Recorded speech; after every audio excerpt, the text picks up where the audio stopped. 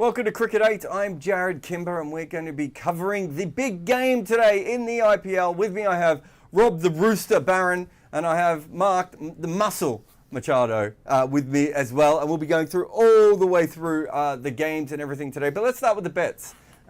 Because Rob was it the last game we did? You got a 33-1 shot to start with. Yeah, nice place to start, wasn't it? That was nice. I didn't get that bet on, so I have different emotions. Let's have a look at this. Highest first over. You've gone with the Sunrisers for that, which you can get at around 2s. First innings, Sunrise highest first 6 overs, which you can get at about 1.8. There is a bet on the second innings, which will be under 24.5 for the first KKR wicket. That's at 1.83. Then you've got a host of man of the match bets here. Russell and Head. 12-1 for Russell, 10-1 for Head. You've got Russell at top KKR bowler at 5-1, which seems ridiculous since he takes about 83 wickets per game. You've got Head as top Sunrisers bat at 3-1. Narayan at under 19.5 runs, which sounds like you're doubling down on your other bet from before. And Natarajan, the top Sunrisers bowler at 4.33.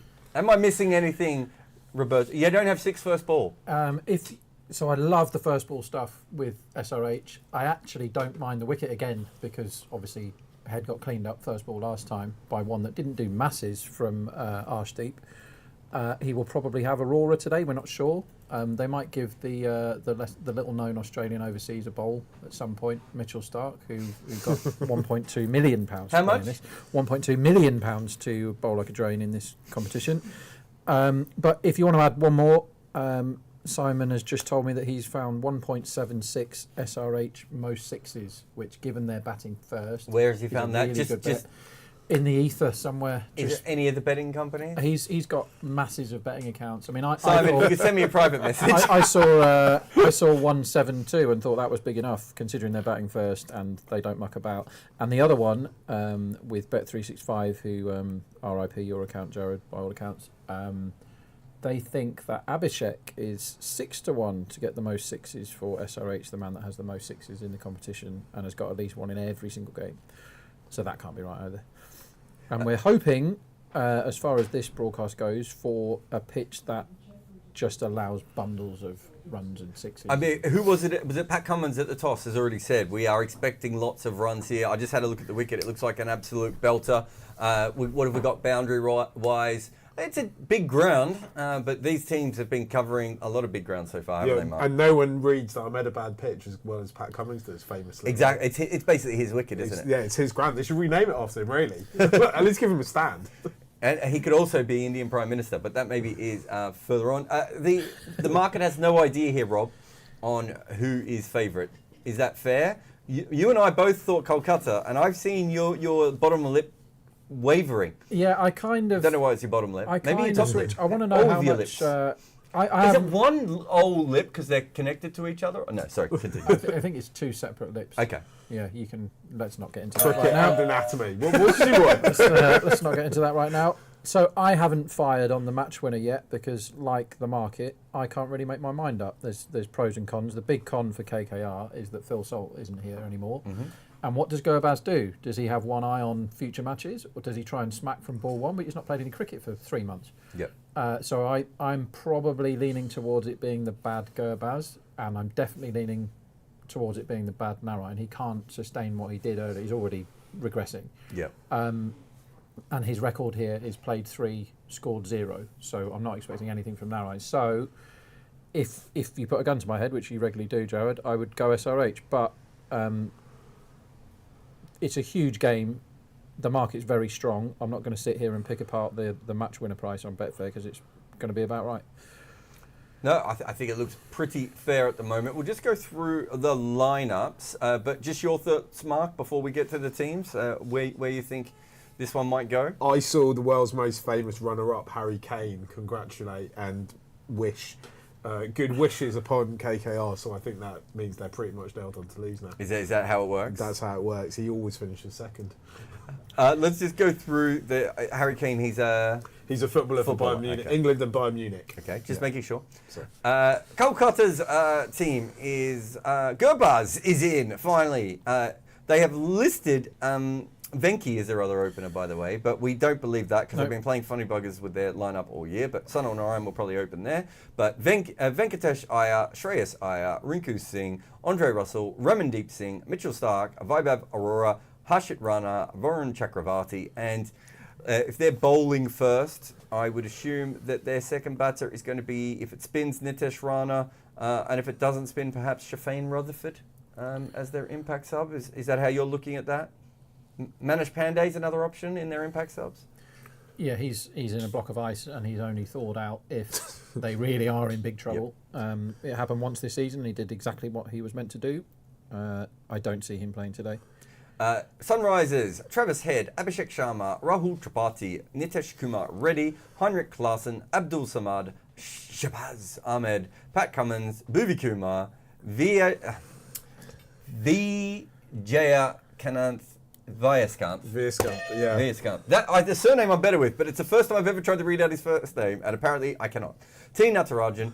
They're over their impact subs, so they are batting first, so it's more likely going to be a bowler. It's going to be Unad Khat, Umran Malik, and perhaps Sanveer Singh if they wanted to go in that direction. So we have the teams coming out at the moment. The market has absolutely no idea. The run line is 202. That seems pretty standard these days. Yeah, I mean, it really is. Overs seems like a... I think if you're just going to have a bet for the sake of having a bet, we've given you some actual bets there based on stuff, stats, work. But if you want a vibes bet, just back overs for first 6, 63.5. They've been absolutely snorting it in the first 6, this team. The vibes bet. Yeah, I can read you their numbers shortly. I would like to know their numbers shortly. Okay. Talk about something shortly. And I'll come back to you. Can you just remind us what line means, 202.5? What does that actually mean? 202.5 means that that is the expected runs in this innings before the innings has started.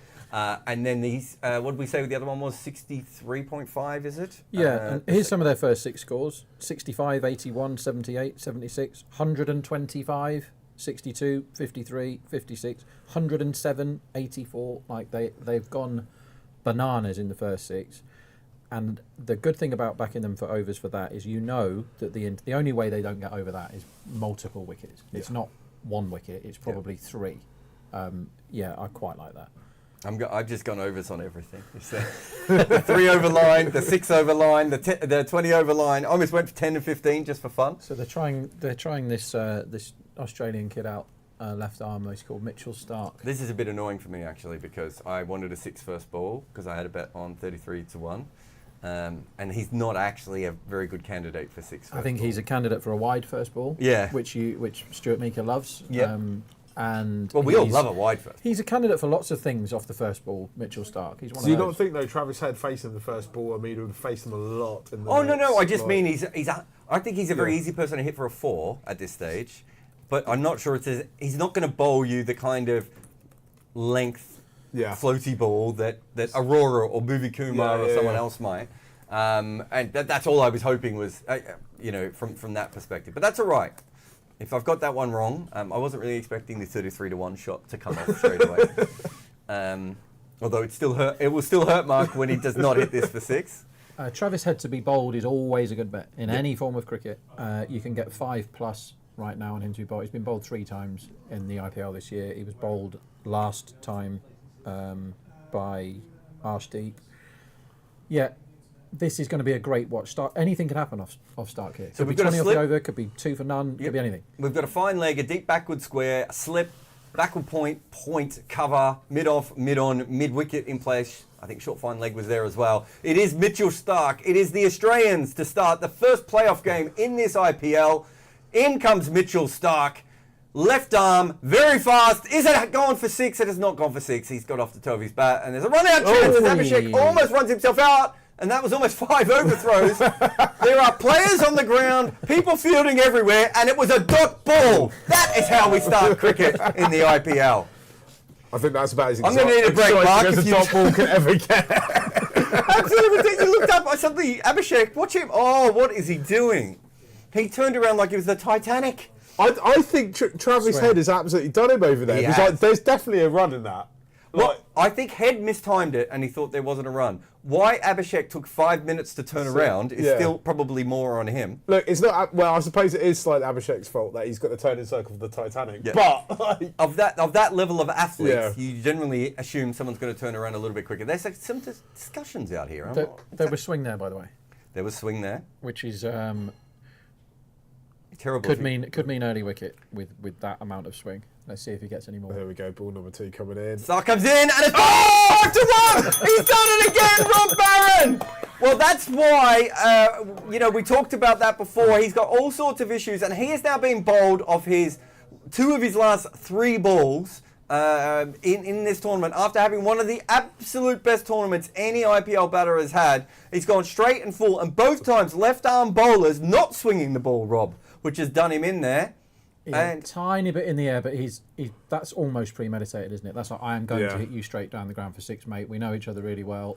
That was a bit like Brendan McCullum, World Cup final. Yes. Premeditated, I'm going to mow this. He forgot to watch the ball. He didn't watch the ball at all there. Well, it's twice we've seen him have his bat on the outside of the left armers, so he's playing for the swing. And you're right, it curved a little bit, but he was expecting bigger swing there, and he's just got to get himself a little bit more set. That's changed the odds, you'll be shocked to know, everyone. Kolkata's come into 1.64, so if you got a cheeky one on Kolkata early on, you're doing very, very well there. Sunrise is out to 2.52. Remember, though, they lost a wicket on the first ball of their last game. And who was it? Tripathi came in and batted beautifully, and then Abhishek took over. So it is not the end of the world. It's changed the run line down to 187 as well for the overall one, and for the 6 overs into 56. That's probably all fair, isn't it, Rob? Yeah.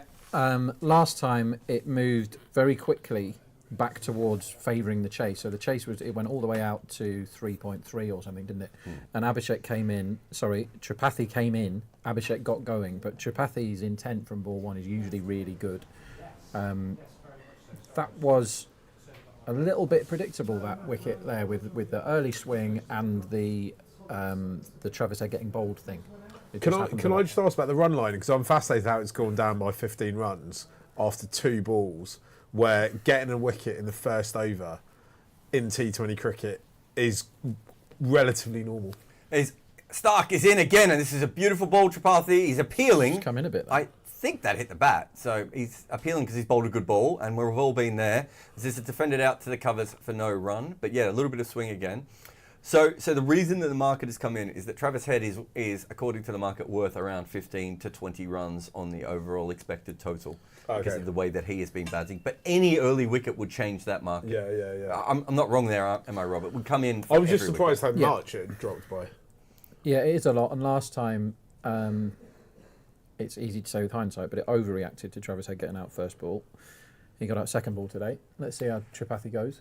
Beautiful, full, straight one here and misfielded, and it's gone for 4. Well, that's unlucky for Stark. He's not had the best tournament in the world. He started with a beautiful wicket, and now he's bowled a Yorker that's swinging into off-stump mark, and it's just guided to point. And I think that was Shreyas Iyer, who was a little bit like the old Spanish fellow with the cape.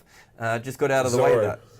I thought I meant the guy with the bullfighter. Matador. Oh, Matador. That's the one I was looking for. How did everyone go to Zorro? I prefer old Spanish fella with the cape. yeah. Yeah, Matador they call him. Which is actually what Matador translates to in Australian. Yeah, exactly. I think I got that right. Yeah. You need a few more runs in this over too, Rob. Yeah, I'm on SR. I forgot about that. I'm on SRH most. Force not going to get it done. He's left this one. Oh my God, pace and carry there. That is outside off stump on a length, and the wicketkeeper has taken it well above his head. Is that Gerbars? I think it is, isn't it? With the gloves on. Yeah. He's taken it well above his head and going up. It's like the whacker. This is what Starks pay the big bucks for, though, right? This is First overs like this. Yes. In knockout games in T20 franchise leagues. Unbelievable stuff here. No, I was asked on one of my chats the other day about that, and I said, look, that's the thing with Stark. When he gets it right, what do you do? And he has got it right so far today. What is Tripathi going to do here? He gets a half volley outside of stump. He's always caught, and that goes through the fingers for another 4. So, realistically, I want to see that again, but I think that's a drop chance. So that could have been a wicket maiden, that over. A double wicket maiden. It could have been also. We need more bells. Well, that's what we wanted, wasn't it? Fun. Yeah. Like, loads of stuff. The And first ball was amazing. It was really, really fun, the first ball. Anything could have happened that ball. Then head got bowled, which we told you was going to happen. Yep. Then a load of rubbish, nonsense fielding, misfield, drop catch, and we're 8 for 1. Here we go. Only 39 more overs of that nonsense to. It's not going to last 39 more overs. It goes like this. Got about 15. Kolkata back into 1.7. Sunrisers 2.4 at the moment. So well on top the Kolkata Knight Riders. But they'll be happy the Sunrisers got a couple of boundaries away there as well, Mark. Yeah, I mean, if they didn't get those 2 boundaries away, it was a terrible over. Yeah. But I think that kind of gives them light, and it kind of goes, if you keep playing the game we came out to play, which looks to me like, let's try and score runs, which sounds like an obvious thing to say, but they're not in wicket conservation mode after losing one early. They're definitely sticking to their game plan, which is try and score big. We've seen that happen. They got incredibly lucky with that last ball because it looks like it was a drop. Because they could be, it could be 4 for 2. But it's 8 for 1, which seems a lot healthier. Oh, and Abhishek has slashed this way. This should be 4. A good fielding down on the boundary there. I was going to say Rinku. Was it Rinku? No. It was not Rinku.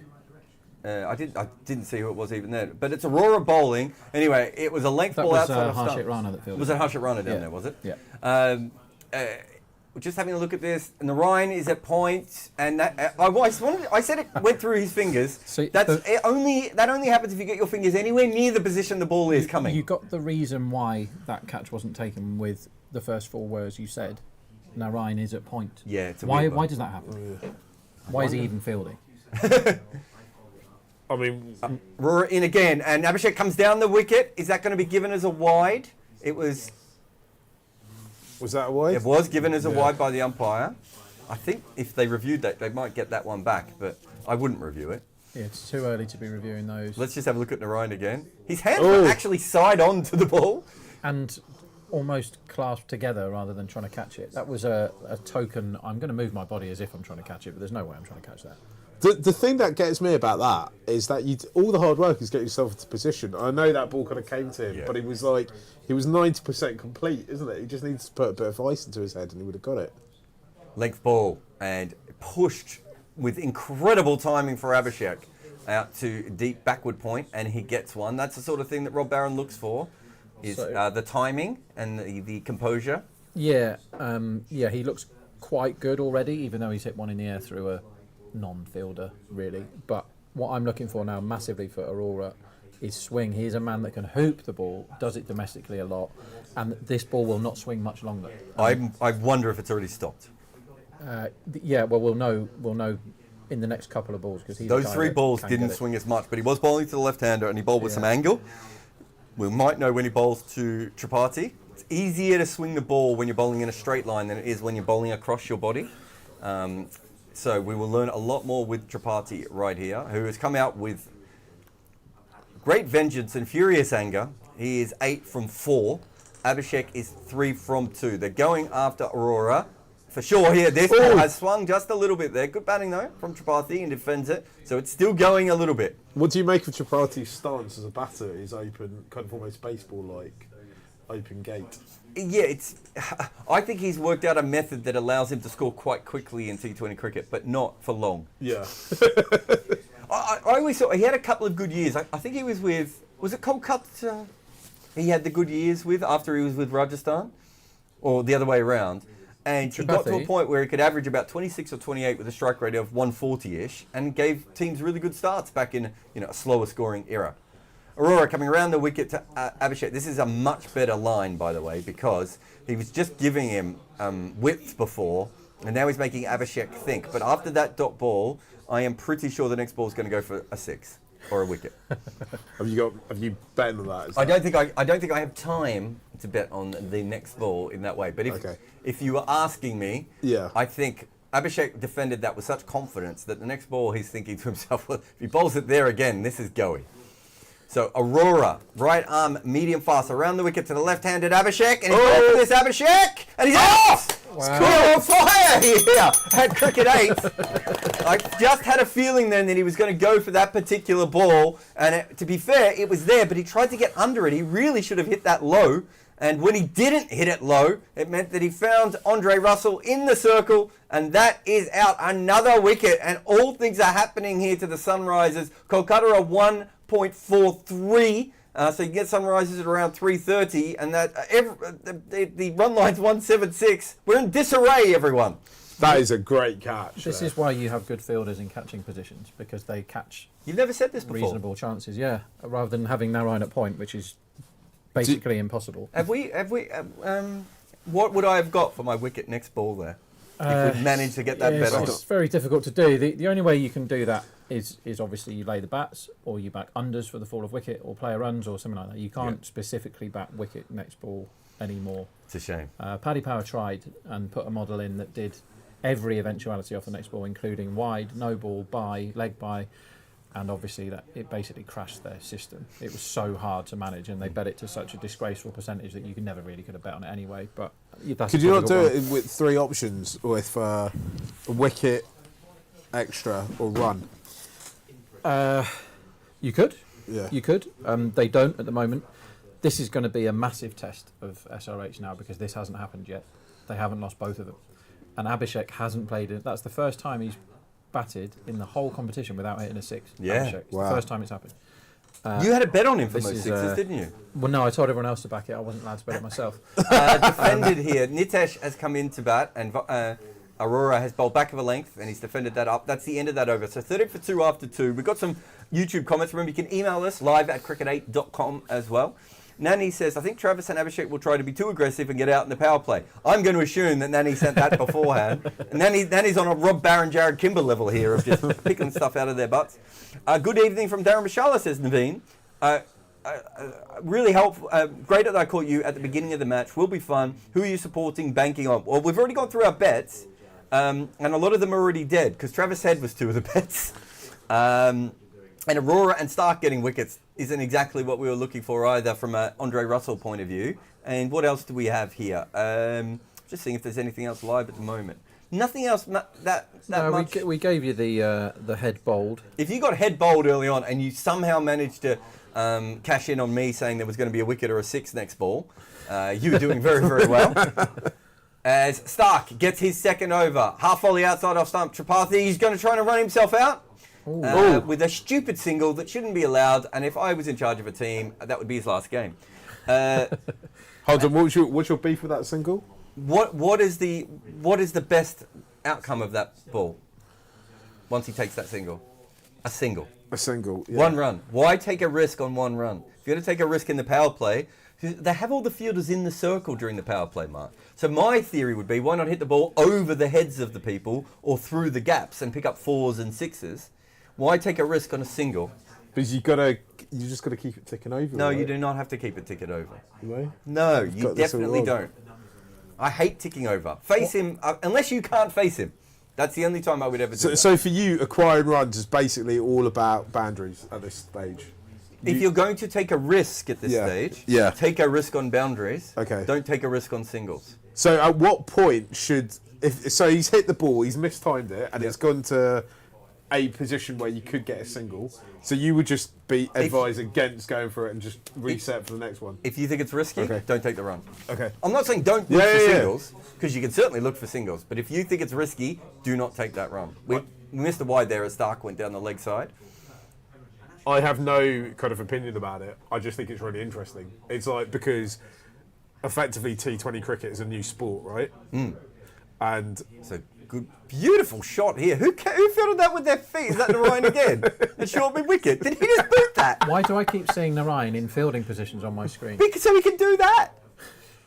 His first touch is a bit rough. Is that a football thing? Did I get that right, everyone? Yeah. It's not bad. His second touch is a slide tackle, is what we say about people. Varun has sent us through a message saying that Aurora is getting 2.4 degrees swing so far. Thank you. That's quite a lot, isn't it? And someone said, do you think the pressure was too much for Abhishek to handle? No, it's not about pressure. He was sent out there to play that job, and that's what he's tried to do. Yeah, on most other days, that doesn't get caught. Oh, Tripathi's got in out and flipped this over the shoulder, and Garbaz has jumped at it. He wasn't far away from another catch. That would have been 3 for 6. That would have been, what would have been? 16 for 3. I'll get that right eventually. If I take the 4 runs off the That's total, right, yeah. That's what I was trying to do. Maths can be tricky. 14 off 7. It was not completely in control of that. It didn't get much of it. Maybe off the splice mark? it looked... Yeah, it was a splice, wasn't it? And I mean, Garbaz was nowhere near. Good on Garbaz for diving. That's when you know that you're in a big game and the cameras are on. Yeah. When you dive at a ball 3 meters wide of you. Already signs that Garbaz knows he really does have to make an impact in his limited opportunities here. I watch quite a lot of... Oh my God, what a yorker! Appeals for an LBW here. I think he's hit it. I don't think it hit his pad at all, did it? They're getting a 1. They want Stark wants it reviewed. Yeah. Wasn't that just off the bat? I thought so, but if he didn't hit it, he's cartwheeling out of the ground. Yeah. Shreyas is not feeling that. Sorry, Mark. I was going to say, I watch a lot of Garbaz, mainly because I watch a lot of franchise leagues that no one else watches. The Lanka Premier League. The Lanka Premier League, the ILT20, I've even been known to dip into a little bit of the Bangladesh Premier League every now and again. And I absolutely adore him as a player. And I just always feel like him, and actually a lot of the other Afghans just give it everything in every game they've ever got. That was out, by the way. That was out as well. Out as plumb as you like that. That's it in leg stump. It's hit the top of his shoe, which I think is, and it's gone straight on. If it went in any other direction, they would have seen it. But because of the way it hit him, it would have been very hard. It looked like it come off the... Yeah. It hit the shoe. It did hit it as well. Yeah. So the fielders weren't wrong there. It's just that it was hard to see. Short, wide. He ducks almost or sways away from this one. Oh, there's some heat out there. So you're in the changing room after the game. You're going through the match. You replay that ball and you go, that was absolutely plumb LBW. We didn't review it. Yeah. How do teams cope with that kind of thing? What is the... I just say the same thing. You can't see everything out on the field. Yeah. You just have to be honest and just say, guys, we're going to miss some. Yeah. Right? I would be more disappointed with that, Mark, if their processes weren't right. So with DRS, it's all about the process. Who did they talk to? They talked to the wicketkeeper and the bowler. The bowler thought it was out. The wicketkeeper didn't. Then they talked to the square fielders. Yeah. I don't know why he's coming around the wicket here because he's bowling beautifully over the wicket. But anyway, that's punch to point, and there's no run. 21 after 2. After 3. So you say, did we follow our processes? Did we talk to the 2 square fielders? Did they see any pad? And if they didn't, then you were right even when you're wrong. Yeah. Yeah. You just have to go with that. Because I think that's one of the hardest ones you kind of see, because it has all the reasons to be right and also all the reasons why you wouldn't give it as well, because it does hit the bat in the end, and you see it for a split second in real time, right? We have the benefit of hindsight, so I can see why they didn't review it, and obviously they'll cut themselves up further about it, or maybe not, because maybe they'll win it and it will be something they forget. Totally. Kolkata 1.48. I wouldn't go in on Sunrisers here until the ball stops swinging. Yeah, and this is the good Mitchell Stark. This might be the great Mitchell Stark. We're being honest. Oh, it's down the wicket. hit. Tripathi, he didn't get much on that. They might come back for a couple. They have. This is really, really fun cricket so far, because SRH don't quite know what to do. They're 2 down. They've got Tripathi, who is autopilot 5th gear, like mega intent, and Reddy, who's a young kid who's been very good this season, but not been put in when his job is anything other than go and have fun. Like, I don't know about that. I feel like he's played a kind of an anchor position. He's played the Markham role for them at times, but he's looked for boundaries. Yeah, I think he's. You know what I mean by that? Like he looks to be somebody that has, that's a beautiful ball. It is still swinging, by the has way. actually got gears, and that's a huge asset to have. Like, he's somebody that can go, but I'm not quite sure that they know what to do here, SRH, because they're so used to getting 75 off the power play and then reassessing. It's like, we've lost a couple, but we've got 75. If they end up being 40 for 2 at the end of the power play, then what do they do? Yeah. Klassen has to do a good one, or they're not going to get enough runs, because the bowling attack cannot be trusted to keep the runs down. Who's going to do the damage with the ball in the early overs? Like, Boo's going to have to be on fire, isn't he? Oh, this is swung into the pads. He's flicked this up in the air. It's a beautiful shot, actually. That's a lovely shot. I thought it went a bit squarer and it would be near the fielder. It was not near the fielder at all, and that has gone for 4. Sometimes I wish, when you're watching cricket on telly, that they showed you where all the fielders were. Oh, that's a no ball as well. That's become a disaster ball for... Well, I just KKR. put a bet on Kolkata because they were swinging the ball. And since then, I've got just a no ball. But I'm going to have to cash out and take my loss there, I think. It's a lovely shot as well, Tripathi. He looks in good nick here. Yeah. Now, the no ball odds, it factors in, doesn't it? It factors in the expected total off this ball. Yeah, it already gives you 2 off this ball, basically. And so it should jump down now. If Fumble from Gabaz. It was a short ball. He tried to get inside that. Very, very good delivery. I remember watching Aurora on YouTube videos before the IPL, either last year or the year before he made his debut. And it's easy to get carried away when you're watching people gunning it in lower level of cricket, because it's such a huge step up. But I haven't seen anybody, and I mean anyone, swing the ball as much as he does in white ball stuff domestically. It's absolute banana stuff from him. So I'd imagine if there is swing around, he's a really difficult guy to face.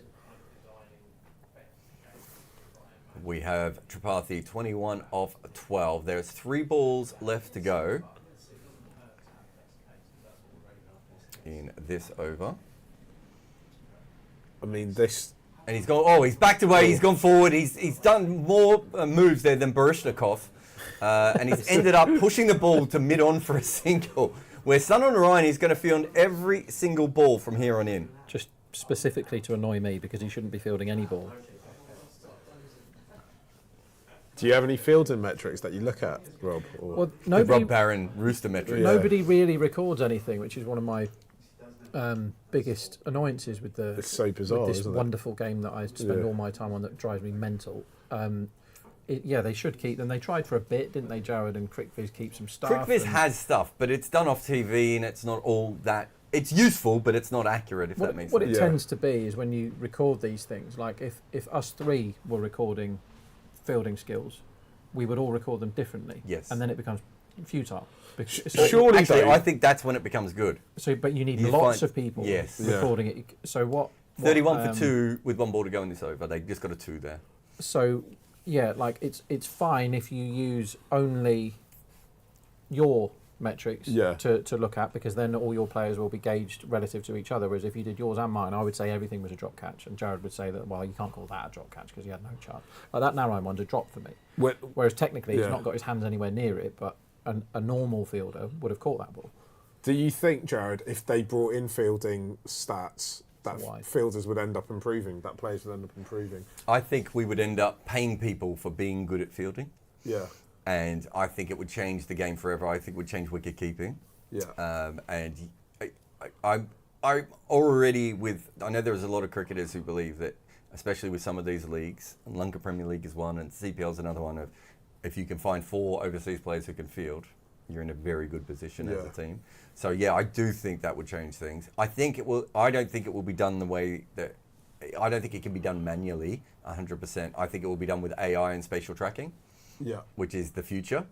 Another semi-run out chance there. But I think that's what they would do. They'll end up with spatial tracking cameras, and they'll start to record every single thing, and then we can work out whether a wicketkeeper, one wicketkeeper doesn't move, so he never drops any catches. The other one always moves and drops more catches, but actually he takes more catches as well. All that sort of stuff is what we can get to, but we're obviously a step away from that at the moment. I'm reasonably sure when they were putting together the 15 going to the World Cup for Sri Lanka that some players missed out because they were not good Rajapaksa? fielders. Yeah. By some players, we mean Rajapaksa. Yeah. I love watching that guy. They were reluctant to field, therefore they did not make the squad because, I mean, if you can field, it's just another job. For me, it's such a no-brainer that if you're a young cricketer looking to break through, just become good at fielding. Because I also think. Do you think it's that simple? Yes and no, because I think that's a great answer. Yeah, it depends who you are. It depends what your physique is naturally. Like Mohammed Irfan will never be a good fielder, no matter how many you could put him in a lab with John C. Rhodes for 6 months, and he does nothing but try and get better at fielding, and he'll get a tiny bit better, but he won't be ever be any good. Who's the person who's improved the most at fielding, and why is it Imran Tahir? So Tahir suddenly developed the ability to catch, whereas 10 years ago he couldn't catch a cold. Couldn't actually stop the ball. He was so bad. He was a revolving door in the field. And then he suddenly... So that tells me that catch... And I know for a fact that catching is a practicable skill because I've got a kid and you just throw the ball and they get better at it every time. Stark coming in again. He's outside off start. This is the half volley and it's launched over the top. Was that 4 or 6? Just a 4. That's an absolute pie from Stark. Tripathi just gets a throw down there and brilliant shot, just extending his arms through that. A couple of questions on the YouTube. Remember, you can email us live at cricket8.com. Shreyans says, do you think Bhuvi would be lethal on this pitch? He would have been lethal if he was bowling so far today. If it keeps swinging later, he will be very handy. And then what else we got? Will KKR bring on Varun and Narayan in the power play? They probably don't need to. And Kartik says, how come your telecast is ahead by 45 seconds? Because we are from the future. That's exactly what it is. Stark bowling again, and this is on the top of its head, but it's an easy single out to covers. No run. I'd be sniffing around now for, after that first ball, for boundary prices in this over, because quite often the bookies get into the mode when they're doing ball prices, and ball prices is all about what happens right now, obviously. It's the next ball we're talking about here. And they get stuck in the mode of, it's swinging, it's hard for the bats, and so they make it really short dot, really short one. But that first ball didn't swing at all. That was almost a throw down, that first one. So I'm thinking, right, what price is 4 here? And if you can get your 4 price that starts with a 4, they reckon 1 in every 4 balls would be a 4. I think it's slightly more than that at this point. So you would be on. You're always betting 2 balls ahead when you're betting that, which can be annoying. But you don't really care who's on strike here. I think the swing is going now, and SRH, it's in their muscle memory. All these guys that when the ball isn't swinging, you mow it through the covers for 4. The run line for the end of the 6 overs is 53 at the moment, right? Okay. And you could make a very, very good case that they're going to go massively over that, and a very good case that they might not make 44 because they might lose a couple of wickets. That's where they are. And let's have a look if I'm right. No, he's defended this. Okay, there's no more of that allowed. So if you were betting on 4s, you'd be on the next 2 balls, and that's another thing when it comes to ball betting is the amount of times that Virat Kohli is the total exception to this. The last ball or 2 balls of the over goes for the boundaries because they've had time to line them up. They know they've got to get on with it more. Blah blah blah. They haven't lost a wicket for 4 balls. Then the intent creeps up. Whereas Kohli is the master of scoring a 4 off the first ball of an over because it's an ego thing of saying like I'm better than you.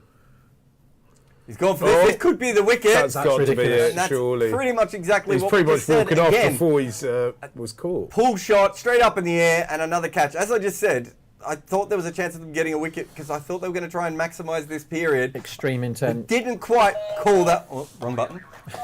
We didn't quite call that one, but again, we said it was a highly volatile situation, and that is a big wicket because Nitesh is the guy that knocks it around. He's the guy that keeps them together at certain times. And so they have to make a decision on their batting order now because Heinrich Klaasen is listed as coming in next. They are not going to want Heinrich Klaasen to come in right now. No, I think that was one where we talked about Reddy being a young kid and not being quite sure what he should do in this role today after they've just lost 2, does he? And then it got towards the end of that over. They thought, well, the swing's gone. I have to whack it. And he didn't play the right shot for that ball. He played the shot that was saying, I am going to smash this ball for 4 or 6, and that's the end of it. And then he forgot that, Stark's actually bowled quite well today, and he does bowl 90 miles an hour plus, and he just got in a total mess. And that's one where, if you're 30, you probably even if you are thinking that, you don't go through with the shot anyway and just Yeah. whack it straight up into the sky. But when you're 20, which is what he is, and he's got loads of talent, you can't stop yourself. Once you've told yourself, I am gunning this ball, even if it isn't there, your hands and legs and everything just gets into a great big ball of mess, and the ball goes straight up into the sky. Can I say the line now? Not quite ready. Hey! Also, it's worth mentioning that Simon, our producer, has a bet, which is on the multi-sixes spread. How is that going for him at the moment? Is how it's. Oh! It's about to go a lot worse as Mitchell Starc comes in, and Shabazz is no more! We are out of Shabazz as he drags that one straight back onto his stumps. First ball, we just said we weren't sure what they were going to do with the batting order. Well, they made a decision, they changed it, and in this case, well, Mitchell Starc is, how much is he worth right at the moment? He's worth close to 1.2 million at the moment. I mean, he's still not worth that, but but let's say he plays like this until the end of the IPL and KKR win it. 1.2 million pounds well spent. Yeah. Which at this stage might only be one more game. This is the Mitchell Starc they paid the money for, Yes. and we've not even seen a glimpse of that. He bowled one okay over at the start of the tournament, but yeah, if they've got him back, all of a sudden they're on another level from the other teams, because Rajasthan have dropped, everyone else has dropped, and KKR just keep going up again. And if they've actually got a good overseas pacer, that's the end of that, really. The odds Now are what do they do? Yeah, the odds are into 129 at the moment, and so it's Sunrisers are obviously about 440, 450. Is this Washington Sundar time? Well, it's certainly bring in another impact sub batter has to come in at a certain, or at least they have to prepare them to come in. So they haven't got Agarwal on the bench. So it's Samveer or it's Washington. Yeah. I think it's Washington because he can bowl as well, obviously. I think it's Washington comes in now and gets 18 off 18, and they try and give Klassen a platform. So basically this game becomes, how many does Klassen score? Yes. That's whether we've got a chase that's difficult. He could still make a chase basically impossible. That's how good Klassen is. If anyone, like any Plays of us Chakravarti really well too. if any of us three could bat with him, if we manage to stay in so that Klassen could do his thing, as Klassen is in now, that's very gambly. It is gambly, but you do get a double bubbles. If they lose this game, they're still in a situation, aren't they? I think there's a couple of issues here. One is what you've just said with Klassen. The other one is that Tripathi doesn't usually bat all that long. Yeah. He doesn't make high scores. It's not his job, but now his job has to change because 4 other blokes have got out. Has he got it in him to be able to change his tack? I mean, he's scoring at 150, over 150. Do you tell him? Like, do you try and get a message to him? Just don't get out for the next three overs. Get us into the... Don't get out for the next 12 to 16 overs. Yeah, just try and bat through. No, obviously not, but... Let's have a look what he does here. He slashes this down to third, and he'll get a single. Also, if Mitchell Starc when Mitchell Starc bowls again, and he might be taken off now, but when Mitchell Starc bowls again, he will be on a hat-trick. Interesting. And you'll love it if he doesn't bowl his 4th over and then he's on a hat-trick next game, Jarrod. You love them, don't you? Hat-trick balls that are taken over. Well, my dad will enjoy it. And my dad, obviously, as we've talked about on previous show, once claimed a hat-trick over 2 games and was given a trophy. But there are several people in the cricket community that have issues with my father and that particular one. He'll be over this summer. Rob, it's the first thing I want you to lead with when you see him. There's a slashed over slip for 4. Well, it wasn't a great ball. It's Harshit bowling now. And Klaassen's first ball was a poke, really. Wasn't it, Mark? And it flew away. Yeah, I mean, Klaassen got lucky there, if you're going to be honest with you, because he totally mishit it. It was totally the wrong part of the bat, but it flew in a direction where there was no other fielder, because the kind of day SRH have been having, other balls like that have just gone straight into fielders' hands. So maybe that's a sign, or maybe he's used up one of his lives. We will find out. The amazing thing here for KKR is they've done all of this damage without using their bowlers that have done all the damage this season. Like, it's not been Aurora and Stark that have been ripping through people. It's been Russell chipping in, getting a wicket every 11 balls, Narayan and Chak. And to be this far ahead of the game with none of them having bowled yet, they are so far in front at the moment. But the beauty of this match is when you've got a guy like Klassen, if Klassen's not out at the end, they'll be odds on to win this match. That's how much he can turn the game. 131 at the moment, KKR. I was actually hoping they weren't going to lose any more wickets because I thought the smart bet was when the spinners came on. And now I don't know what the smart bet is. Well, 167. Let's assume that the swing is gonna go or has gone or whatever, and it doesn't turn even a tiny bit. It's still a lot. It's still to get another 125 runs. So you from think here, unders on 167? It's a lot of runs, isn't it? Because it's gone for a hook shot here, and again, incredible pace and carry from Harshit this time, as Gabaz has spent more time off the surface than a figure skater. Is that right? He's all 'Cause they're action. always up in the air doing things. Well, is he being 12 around? Is he Yeah, well, he's not is being he the 12. 12 or the deed? We don't know. I'm just having a look here. 2023 was the last time that Tripathi went past 47, and he made a 70 odd. 2022, he made a 76. So about once a year, he is due a score over this, but it is not what he is in the side for. Klaasen is 4 off 3. He's edged one past slip already. This is the last ball of the power play. Will Klaasen go this? He doesn't. He pushes it down to third.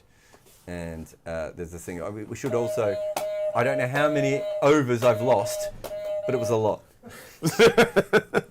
and that's how you stop this team from scoring runs in the first six, is by taking multiple wickets. And they got 4, and they still got 45. And 45 used to be the number that was par 5 years ago. 45 was your average first six number. Now it's this IPL, it's north of 50. 4 wickets in the power play, though. They're not coming back from that, are they? They've got Klaasen. If it was me, so Klaasen, when you've got someone that's as amazing at T20s as he is, or at white ball cricket as he is, his entry point is crucial. And some teams just go, whenever the first wicket falls after the power play, that's when Klaasen comes in. I personally think this was too early for him today, and I would have put Washington Sundar in because he can bowl as well. He's actually a really good sub to have in this spot. He's a bit of a test matchy type batsman, Washington Sundar. Like, I've seen him open in this and he was hopeless back in the day. He can hit 4s but can't really whack it. But somebody that can bat like that, just do the Ashwin thing and give Klaasen an entry point of over 11 rather than over 5. Yeah. Because if that one where he played a very... That's why you don't send players like Klaasen in early for that ball Because that he edged. the edge for 4, if he goes there, we can start talking about the next game because it is finished. Sunil Narine comes in and first ball is on the pads. Klaasen turns that around for 1. By the way, we said 1.2 million before for Stark. We meant 2.2 million, of course. Okay. Depends Pounds. what currency. Hey? Pounds. I think it's US, wasn't it? Okay. I don't know how all those things convert into other things. It's a lot of money. It's a lot of money that he went for anyway. It's money I will never know the likes of, so it just sounds massive to me. Like it doesn't really matter. I love Narayan's, the way he hides the ball behind his back as he comes up to bowl. I think that's so massively innovative, and I don't understand why other bowlers don't do it. So someone started doing it again the other day. So Sikandar Raza does it, Sunil Narine does it, but someone else started doing it in the IPL the other day I saw. And it's very, very, very... Livingston tries it sometimes. Yeah. It's about biomechanics. It took Narine about 7 months to master it. He worked with... Is it Carl... former county player. His coach was the one that they worked on it together. Dot ball. So single dot. I think this was probably the safest unders bet we probably should have given everyone here, Rob. Yeah, everyone was 6.5 for this over, and you're like, the trouble is when you've got that, and Klaasen. you've got Tripathi and Klaasen, and if let's say Narine does bowl, the only times he's been bad in this IPL, Narine, is his first 3 or 4 balls. The amount of times he's been hit for a boundary early, and then he goes for 1 for 24 off his 4 overs. 6.5, everybody's expecting them to knock it about, but with Klaasen, it's a muscle memory thing. It really is. If you bowl a bad ball, he hits it for 6. He just does it automatically. That's why he's so dangerous. But yeah, Tripathi has to bat for another 7 overs here, and I would fully expect him to drop anchor now. Tripathi. Just looking for a 2. He's hit the ball a little bit too straight there and doesn't get it. So he's 26 off 18. Klaasen is 7 off 7, mostly thanks to that edge. Expect them to probably knock Narine around for at least 2 overs. They might go Chakravarti though. I would. Klaasen might just think to himself, this is our chance of winning this game. If I can hit this over for 18, Narine, just that going down the ground. Narine has just misfielded a ball that was there. So if you went unders on that over, you did well. It was a risky bet with these two at the crease, but it made a lot of sense from that point of view. Kolkata at 1.36 at the moment, and the Sunrisers are 3.7. Long way to go in this game, though. We saw some singles being taken over there, Jarrod. We talked earlier about how you don't like singles. I don't like risky singles. You don't like risky That singles. wasn't a risky Those single. weren't risky singles. They were fine. Yeah, they were normal good. single. Okay. If you're going to take a risk, Yeah. do it so that the payoff is 4 runs or 6 runs. Don't do it so the payoff is a single run. Single run. You shouldn't be you run think out the risk- first 18 overs of a T20 game. Do you not think it builds confidence in the batters, though? I don't care if it builds confidence in them if they get out. Yeah. Risky singles means you can be run out. Yeah. Do you know what I mean? I'm just stressing your theory. That's all I'm doing. So I'm not disagreeing or 7% agreeing. of dismissals in T20 cricket Yeah. are run out, right? Yeah. If I can take 5% of those away, Yeah.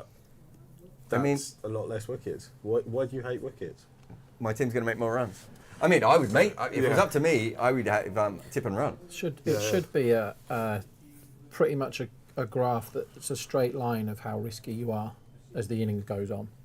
They've kept some seam on here, which I don't think anyone was expecting, and this is sort of shoveled down by Tripathi down to Venki at long on, and they take a single. Is that a bit of a misread of the position there by keeping seam on and not bringing on another? I think it's just Slow because his bowler. first over he got some carry, isn't it? So Yeah. maybe they thought we can go with the short bowling a little bit more. And also, don't give Heinrich Klaasen spin from both ends is potentially it. Yeah. Are they hiding Chakravarti from Klaasen? It's very interesting, isn't it? I mean, what SRH should be thinking now is, well, we've got another go if we don't win today. So they might, Klaasen can play this however he wants. But Oh, Tripathi's going everywhere here. He did Fred Astaire and Ginger Rogers. One side of the wicket, then the other, and he ends up scooping it to third man for one. one for the kids there. 2 2 for the kids. Bruno Mars and Some other young person. yeah. What does that tell you about his intent? I just don't know. I think what it tells you is, in Tripathi is, I am not comfortable being in any other gear than fifth. I want to score off every ball, and he knows he can't hit the ball in the air at the moment. That's the thing that he hasn't done. He hasn't hit anything in the air, but he still wants to hit everything for 4. So he's like, how do I manufacture this into at least, a couple, get it past fielders, and he looks like he's got to this. It used to be when Tripathi was in really early that you backed him to get out now because he can't resist it, but he has nothing behind him in the what is it, Samad, and that's it as far as bats go. Yeah, they've got Washington, but if you're going to play Washington, you'd have put him in already, wouldn't you? So it's Samad and then Cummins, and then they're really struggling. Varun has just sent us through that only 1.2 degrees of spin so far from Narayan. So it is not spinning at the moment, this wicket. Only 1 over. And you would think he would have been trying to spin it because of the position of the game. Yeah. Tripathi he's got a short wide one. Harsha Rana cannot believe that was a short wide one, despite the fact. He cannot believe it was given a wide, despite the fact that was a club cricket delivery off a trampoline, perhaps with a rubber ball. But it was too short, it was too wide, and any way that you would have reviewed that, you would have been unsuccessful, Mark. Yeah, I always love it when bowlers get really upset when they've bowled a clear bad ball or clear wide, and they kind of find it unbelievable that it's been given, even though you've seen the batter dance around the crease and jump and fully extend himself, be about 12 feet in the air trying to hit that ball and still not get anywhere near it. Short, wide again, and this is up and under, and it's 4 or 6. I think it's a 6, just I think over it was the a 6, Toblerone. But he telegraphed that ball because he bowled at the ball before, and Tripathi had a test swing at it. And this one, there was no failure to launch on this one. He got it up and over all the way for 6. 54 for 4. Here they come, the Sunrisers. I'm going to give you a bet now, lads. I would love a bet now. Next man out, Tripathi 1.8. That is too big because as we're saying, like, he can't resist going. He can't. That's the first one he set up in the air. But the ball before, he ran all round the crease before he played his shot. That one he's ramped over the keeper for 6. And Klaasen is 10 off 10. Klaasen hasn't thought about going yet. Klaasen also has this ability, which is why he's probably the best white ball bat in the world right now, of going through the gears whilst not getting out. We talk about these graphs where everyone's bunched together and Klassen's over here. Yeah. It's because, but when Klassen is trying not to get out, he's really good at it. But yeah, 4 to 5 or 1.8 Tripathi out next when he's on strike, I think it's very good. 6 4s and 1 6. Probably a bad time to mention that our producer Simon has a spread bet on the 6s. How many 6s does he He's need? going to need more than one. But he got one. As many as possible. And Heinrich Klaassen is still very much just knocking the ball around at the moment, not looking for anything big. We haven't had our strategic timeout yet, have we? I assume it's now, but they must take it now, mustn't they? It must be very soon. We'll let you know if we get any updates on that. But Heinrich Klaassen is 11 from 11. Rahul Tripathi is 34 of 21. That was that the biggest over we've had in the innings? I think so. Would have to be up there, wouldn't it, for overs? Yeah. We had 8 was the first over. We've had 2 12 so far. Oh, we had the 12 on the 4th over, yeah. With the no ball 4. So, yeah, certainly at the moment. And that is the strategic timeout. So Cricket 8 will take a 2-minute and 28-second break. And we'll be back with you right after that for more action on Cricket 8.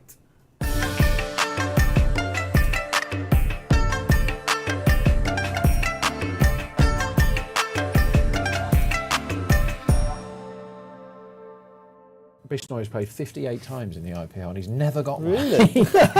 and you'd think for his kind of bowling, one day he's going to rip through a tail and get 5. But it's just never. We were talking about how many times has he got a 3 for. He just doesn't do it. He just doesn't get loads of poles, Bishnoi. I don't know what it is. Is it because he bowls? This might sound mad, but too many googlies. He bowls from beyond the perpendicular, so he doesn't have much of a leg spinner. So he's not bowling to take the ball away from right-handers that much. I don't know Essentially, yes. What I think the bigger problem for him is he slides the ball on, so he's bowling like a defensive leg spinner rather than an attacking leg spinner. So, so what I mean by that is, a leg spinner is putting a lot of revolutions on the ball. And you basically, you're trying to beat a batter 3 different ways. The first one is the fact that leg spin goes up and then comes down. So you're beating them with that. The second one is the spin sideways. And the third one is the bounce. The way he's bowling and the way he bowls it, the spin sideways is taken away. So he's only got 2 of those options. And then he bowls faster. So even the bounce that he should get is more skid through. So he's really just beating you with the way the ball comes up out of his hand and then drops. And then the other one is then, can you pick the variations? Whereas with him, there aren't that many variations because he's basically, instead of bowling leg spin all the time, he's bowling wrong ones all the time.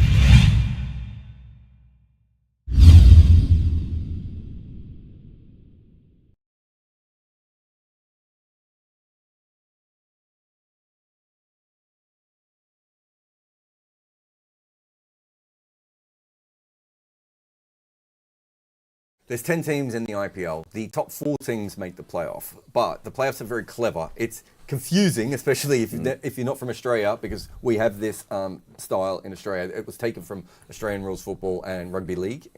And essentially what happens is the first team plays the second team and they get a second chance. What happens is by coming first in the league, you get a chance, and you also get a chance to go straight into the final and have a week off and rest your fast bowlers and all those sorts of good things. So 1 versus 2, and they go straight into the final. 3 versus 4 play an eliminator. So whoever loses out of them, they can go home and go to the Maldives and have a holiday with Danny Morrison. Probably for the last time before it gets completely some kind of water. And so let's say 3 beats 4 and 1 beats 2, because that makes the most sense. 1 goes into the final, and then 2 plays 3 in a secondary eliminator. And whoever wins out of that goes into the final. So if 2 beats 3, 1 beats...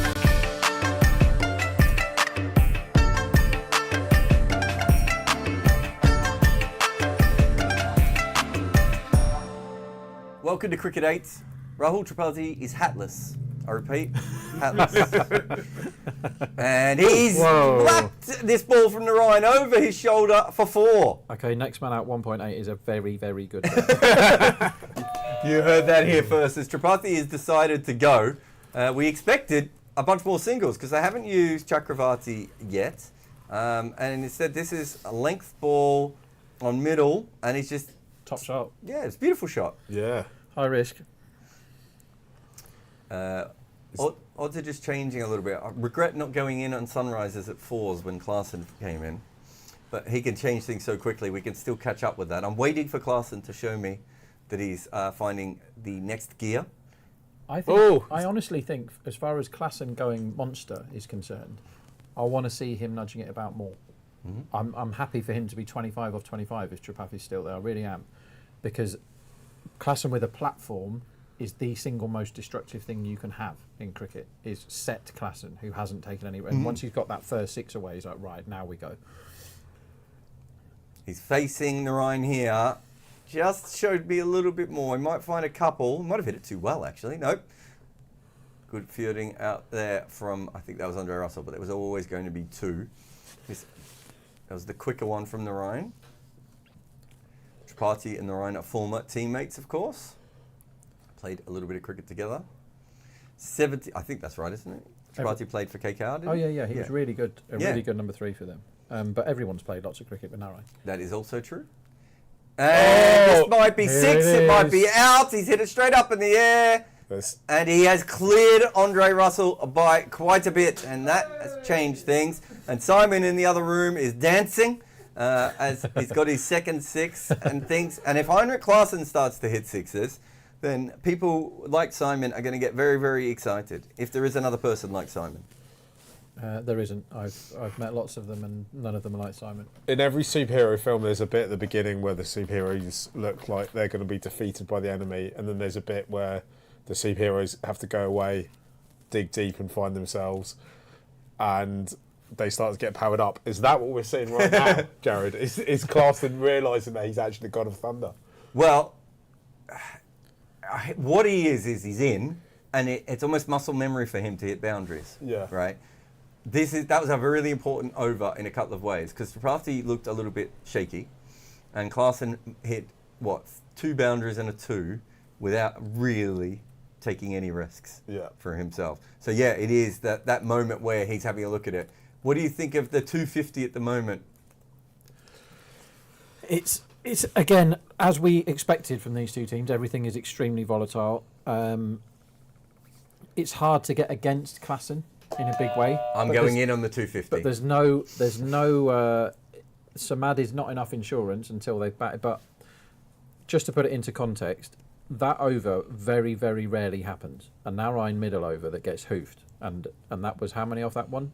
18 or something? 18, yeah. So that never happens. That was due 6.2 runs for 0.2 wickets or something, that over. And they've got 18 for none. So that's a game breaker of an over. It really is. And that now gives them a bit of breathing space to have a look and not necessarily take undue risk. They've hit 2 6s in the last 9 balls now, these two. I can see 6 here at 9. So 8 to 1 that there's a 6. They're going to hit, whilst they're in, they're probably going to hit a 6 and over between them now, aren't they? Are you saying that for me or for Simon and his spread bet? I think Andre Russell comes on, who we've got for man of the match and most wickets, and half volley to Tripathi and is knocked down for 1. They're certainly going to go Andre Russell, aren't they? You would have thought so. And do you know who we haven't seen yet? Chuck. Varun Chakravarti. So we had an inkling that he might have been hidden from Klaasen. The problem with that is, if Klaasen doesn't go out, when do they bowl him? Well, yeah. Maybe they think there's a solution where they don't have to bowl him at all. Yes. If he keeps going at it, or maybe just get 1 or 2 overs from him. And Klaasen in again, short, wide. This is slashed up in the air. Could be 4, could be 6. It is another 6. Wow. There's your 9 winner. There was your 9 to 1. Rob Barron is all over it again, right there, and it was just the sort of ball that you could attack. And he's in a different mode at this stage, Klaasen. So it is worth thinking about that for every. Was that 4? I thought that was 6. I was absolutely positive that was 6, wasn't it? That was a 6. I don't know. Just having a look at the replay again. Anyway, maybe it's been given as a 4. So poor Simon in the other room. This is short and wide again. It slashed really, really hard, but straight out to the fielder. 1 bounce for 4. So he is timing the ball incredibly well here at the moment, Heinrich So Klaasen. that last game where we questioned SRH's intent when they'd already won and they were just taking their time about it. Mm-hmm. What that did, and we did call it out at the time, is it gave Klaassen some form to come into the knockouts with. And that was crucial, that 40 off 25 or whatever it was.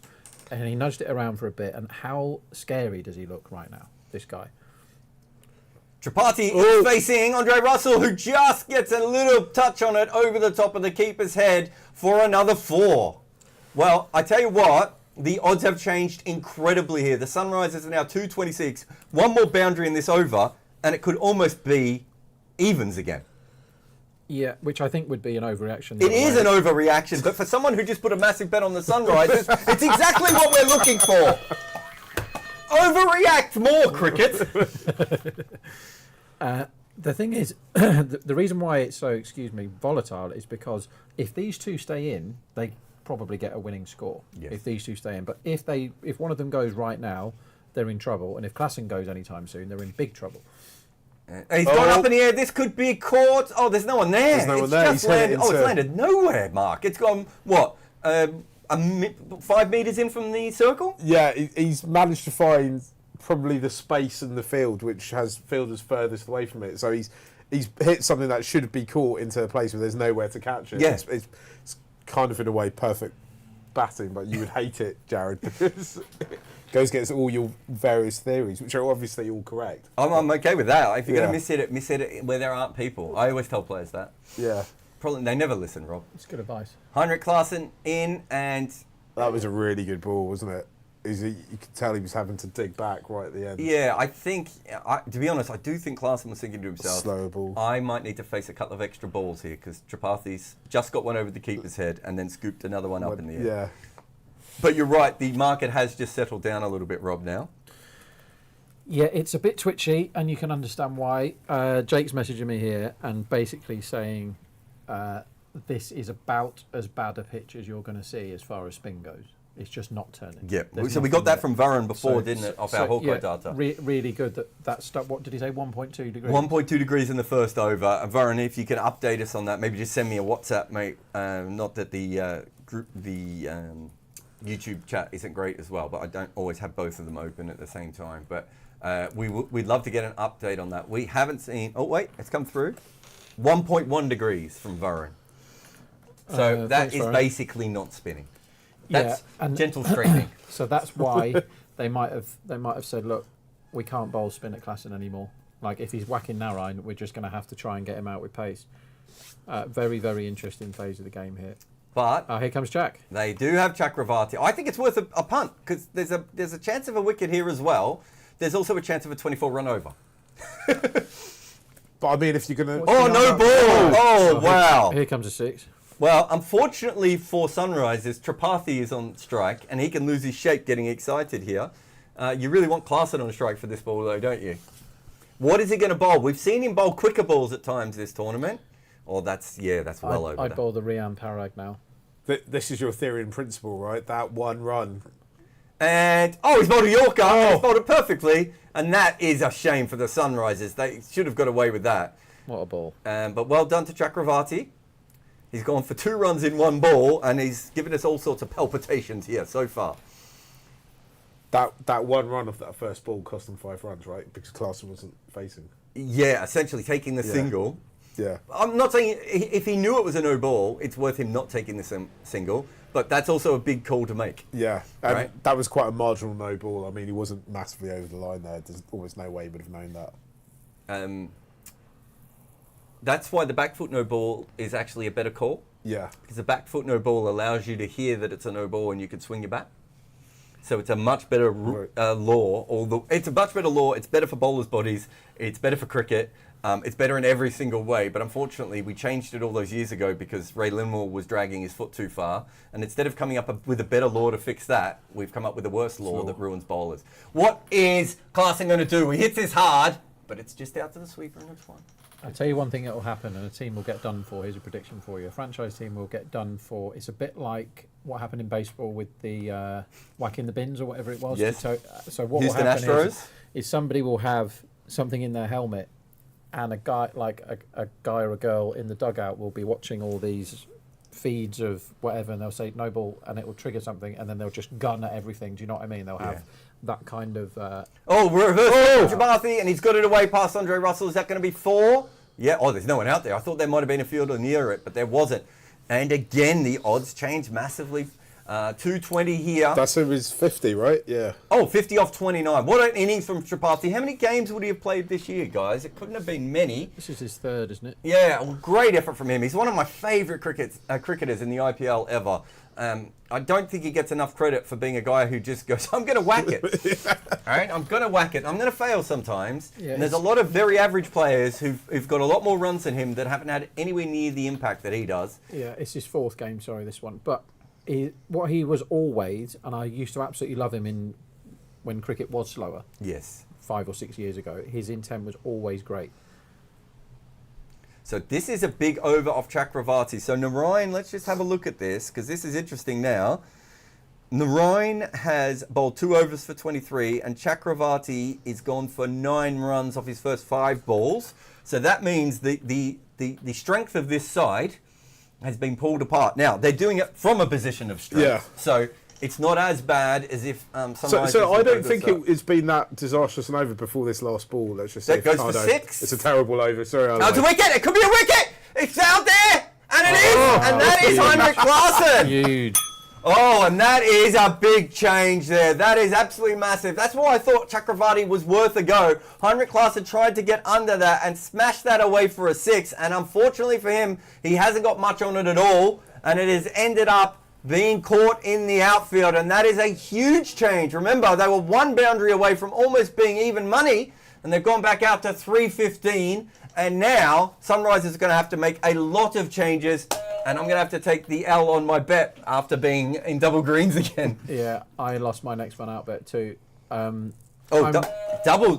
I'm pretty happy with that bet though. Like Tripathi played lots of risky shots there before Klaasen did anything. I think I don't think that was the ball that got him out. I think Klaasen was just like, right, this is easy, this spin, and that's a crucial moment. If that ball goes for 6, they're away. Everything's looking great. And he hit it into the gap. It's because he timed it so bad. Both of them got around to it. They've just managed to hit the other spinner for 15 off the first over. Now what do? They're going to have to find overs from somewhere. Aurora's got a couple and it's not swinging anymore. Like, they were really well set up if that ball went for 6, but they got Klaasen out instead. That is a massive, massive moment in this game. Wow, that is huge. So just to remind you, it's 101 for 5 at the end of the 11th over.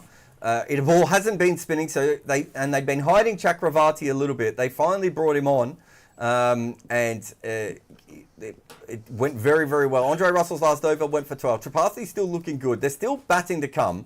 They have Abdul Samad and Pat Cummins. Pat Cummins probably doesn't want to face any spin.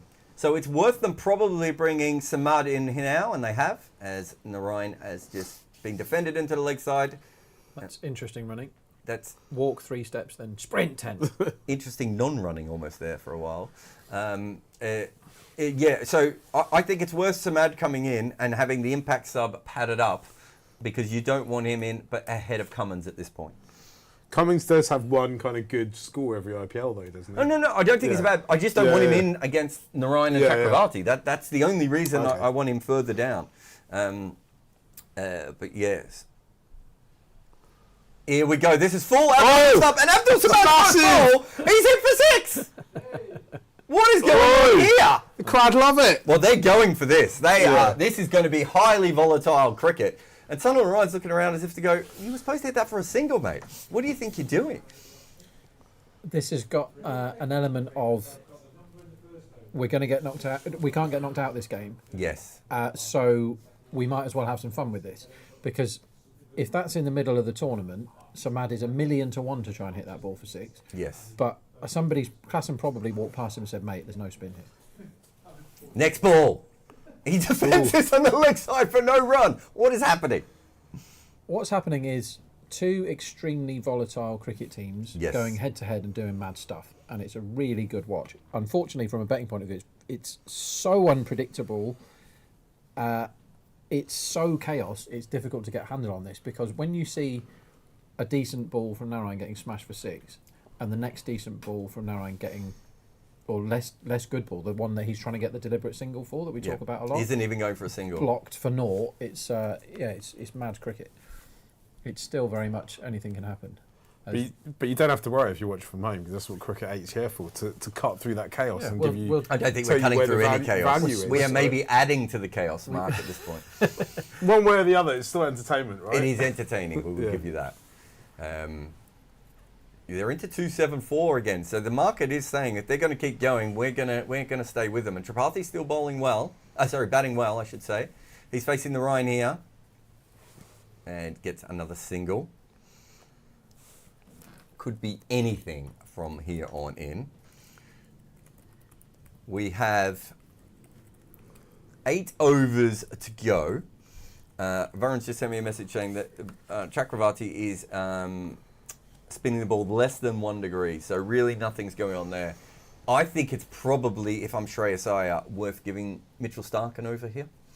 Yeah, I mean, you kind of feel if you get Tripathi out, it might put the brakes on. If he stays in for another 3 overs and you end up in that kind of back end of the innings and there's wickets in hand, then you might have managed to get yourself from what was quite a good position at the end of the power play into quite a bad position at the end of the innings. Well, right? As Chakravarti stays on, he bowls a wide. The reason I think you bring on Starc, Rob, is because if you get a wicket now, they have to make a change with their impact sub and their bowling lineup. Yeah. They don't get the extra bowler, right? And you can probably bowl, and if they don't do that and they bring Cummins in, you can bowl your spinners forever if you want to. As Tripathi flicks this on the leg side. I totally agree. They should have put Washington Sundar in when Klassen came in, for me. But they didn't. But you don't want your extra bowler to be a spinner that doesn't turn it on this deck, as we now know. We didn't know that then, but we now know that if you're bringing in Washington Sundar, he's going to get smoked because he doesn't turn the ball anyway. That's not his job. He sort of bowls very averagely wicket to wicket. I think he got his career arc kind of, it had way too much of an upswing for too long because he was quite a limited guy, Washington. Comes down the wicket here to Samad and unfortunately gets a full toss and manages to hit it the backward point for no run, or third, in fact, for no run. Yeah, I think they probably will just bat Cummins next, whatever happens. And they don't want to put in a bat right now. But they have limited options on the bench, don't they? They do. 184, I think, is the run line at the moment. That still seems like a long way away, but That's what have we seen? 4 sixes now? 3 sixes? I think it's only 3. Only 3. Is it 4? I don't want to make Simon cry in the other room. Oh.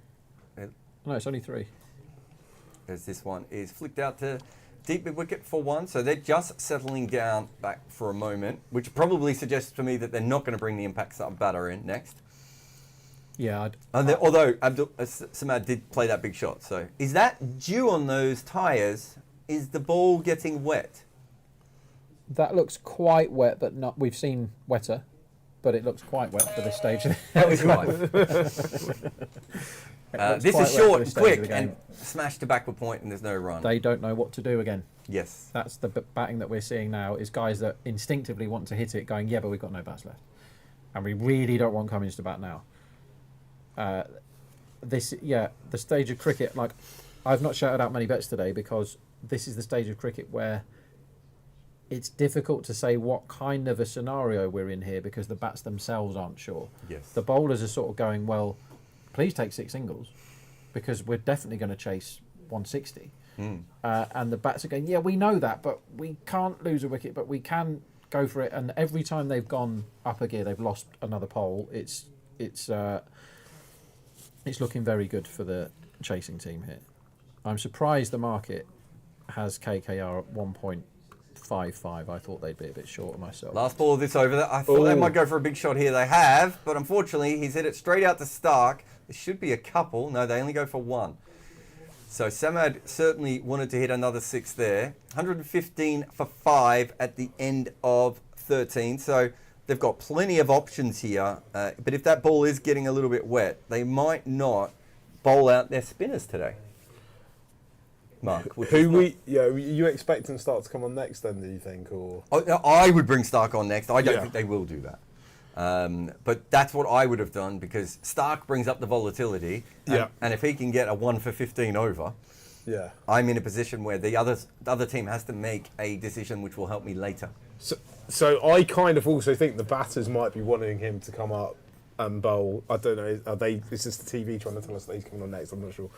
No, it's not. It was just an advert with Mitchell Stark in. And they've got an advert on because it is timeout. another strategic timeout here on Cricket 8. So we'll take another break. We'll be back in 2 minutes and 27.37 seconds here on Cricket 8.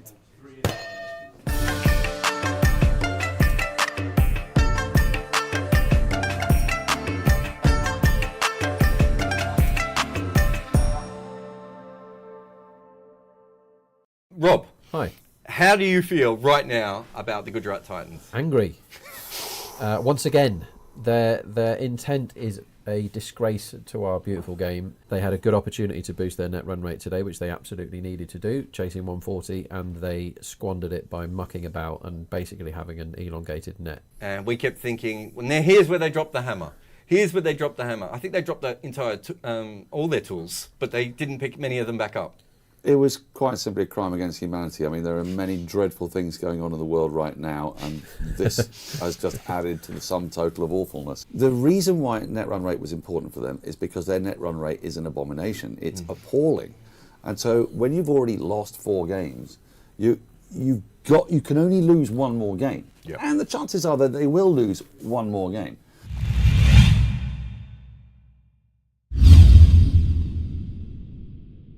And he's been bowled. That is just stupid cricket. I'm sorry. He didn't need to do that. He already had more than enough runs off this over.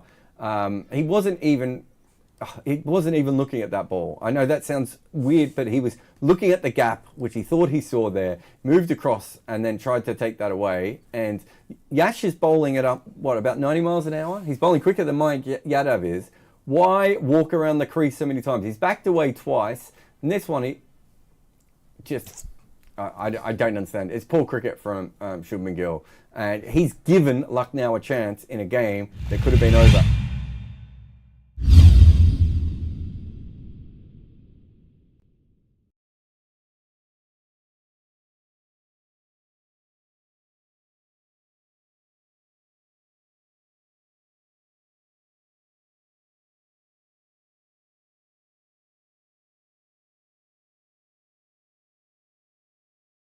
I have lost more than I've won. So I've got a 66% win percentage, but I've won far more than that, and that I've actually lost because I put the wrong bets on. But it gets better. I mean, this is very much like my girlfriend's at a different school, isn't it? Yeah. But he's seen them though. I sent him he's aware of all that thing. But he also I've actually been right all the time. It's just I kept pressing the wrong button. But no, I'm going to tell you why.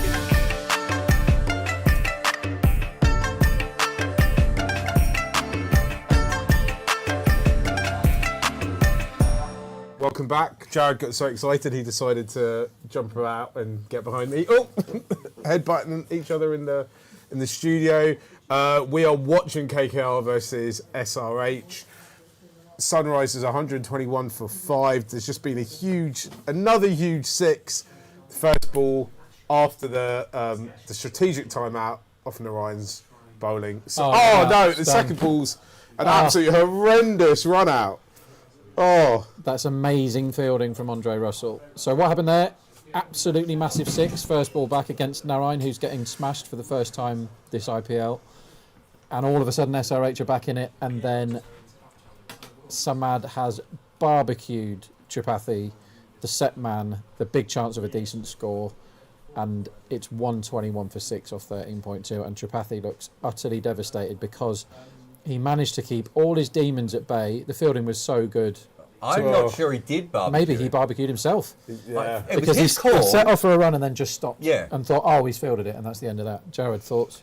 The most interesting thing that there was, the ball came into Gabars, and he was so confused what to do. He went to throw to the non-striker's end, not realising that there was no one at his end. If you're a 12-year-old and you do what Tripathi just did, you're getting absolutely roasted by your coach, because he made the absolute critical error as well of when he decided to stop running to try and run back to try and run the other guy out. I also think that just for lols, it would have been a lot funnier if in that particular situation, if Gabaz had thrown to the wrong end. He didn't have that.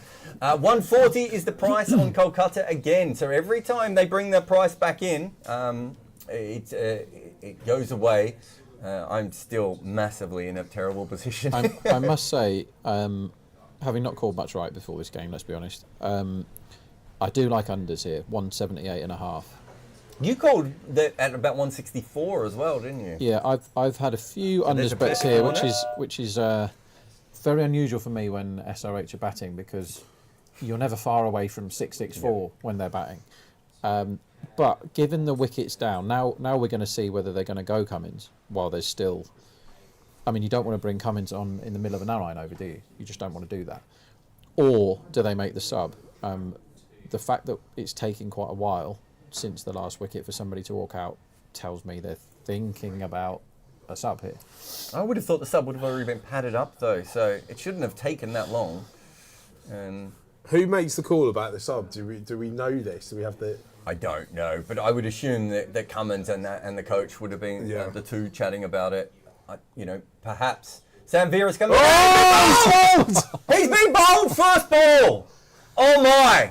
Well, the impact sub has had the reverse impact that they were looking for here. The first delivery, he has come out, and the idea is him to chip this ball around, and he has missed one, and now they're on a team hat trick. It's not quite a normal hat trick, but that is absolutely massive. And they are 1-2-1 for 7.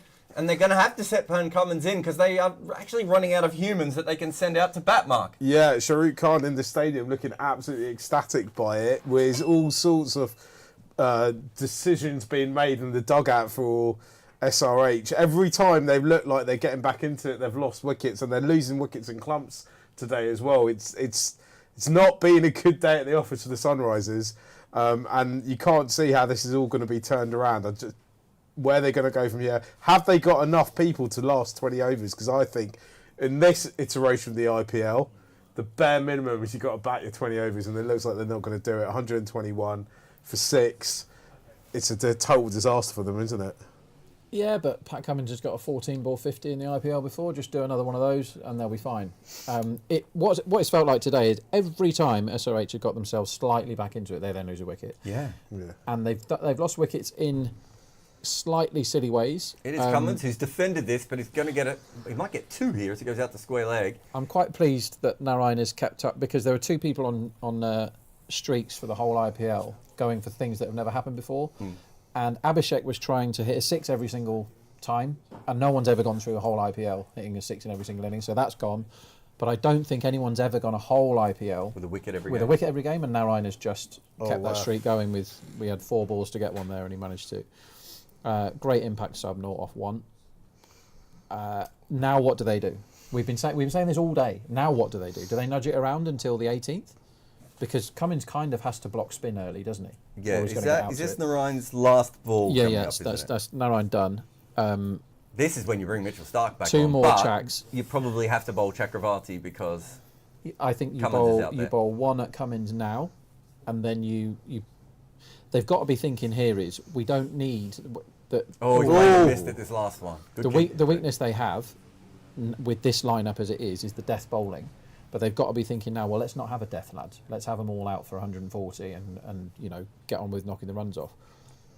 Do you go Stark or do you go Chak this over now? I would bowl Chak because Cummins has just come out and he's played 2 pretty poor shots against the spinner almost straight away. And also I think he's going to have to defend the spinner to start with. I think bowl Chak, and then look, they're basically 1 wicket into the tail, right? Once you get one of them out, it should all, in theory, all collapse around them. I don't think Veerskant has ever batted in the IPL, so I don't think he's ever batted in T20 cricket or barely batted in T20 cricket. So that's I'm not expecting a huge amount from him.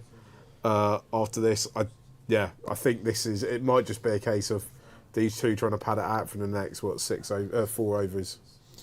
And I think one thing that has gone out of the game since the runs have gone through the roof is that ability to score 7 and over risk-free. Yeah. Like we've seen it today. Players just hate doing it now. It's like test matches. No one can bat for the draw anymore. It's almost spoken about. If there's a whole day left and there's 4 wickets in hand, no one ever says all they have to do here is block the overs out. They go, this will be over by drinks. It's like, that's gone out of the game, and the skill of batting the overs out appears to have disappeared as well. But to be fair, if I was in charge here, I wouldn't be telling them to bat the overs out. I'd say hit every bad ball for 6. Because if they bat the overs out here, they'll score 150. And they're going to lose anyway, Yeah. right? It goes for a big swing here. So they've gone for Do you not hardship think Rana. that there's a middle ground there where you just go hit every bad ball, but don't try and hit? What do you think they need to make to be able to defend it? I think 160. See, I don't think they can defend 160 Nah. with their bowling. Well, I think they could have a better chance of doing that than they have 130. But what I think what we're 135, saying is you get a double choice. Gurbar's really never nearly threw that to the other end, by the way. Absolutely. I thought it was a bit of a half throw, but now I'm looking at it. He just realised at the last minute how different this game might be if he had thrown that at the other end. With 2 wickets falling then off the next 2 balls. No, so the point being is that they have to up the volatility a little bit because they're not going to... I don't think they can defend 160 and I don't think they'll believe they can defend 160. They might think they can defend 185 or 190 or even 200 if things go crazy. And they get a second chance. Yeah. Yeah, I would say they need 180 here. That's what I think. And I think them crawling to 162... whilst it'd be funny, and they could easily get... The thing is with this team, you can easily get them 2 or 3 down, just as you can with SRH, Kolkata, because you're probably going to get Narayan out early, because there was loads of swing at the start. Let's not forget that. I actually think... So sometimes, or most of the time in this IPL, we've said the easiest time to bat is the power play, and you've got to take advantage of it and smack it around, right, in the first 6 overs. This game has been the complete opposite of that. The hardest time to bat was early, and when the spinners came on, it got way easier. They will know that. Both of these teams will know that. But you basically front load your pace if you're trying to defend this. Cummins is going to have to bowl in the power play. Natarajan's probably going to have to bowl early. And Boover's got a bowl. I would say I'd bowl him at least 3 off the reel at the top. I'd have him at one end for the whole power play. Because if it swings, he's proven in the last 5 games that he's still as good as anyone if the ball's moving around. So yeah, there's legs in it, but 160 ain't going to be enough here. It's been a great game of cricket, though. It's been very entertaining. There's no doubt about that. Samad comes down the wicket. He smashes this. This is out. He's going to be caught on the boundary, and he is. Wow. So fun. It's a bit of a throwback game, this, isn't it? With actual wickets happening.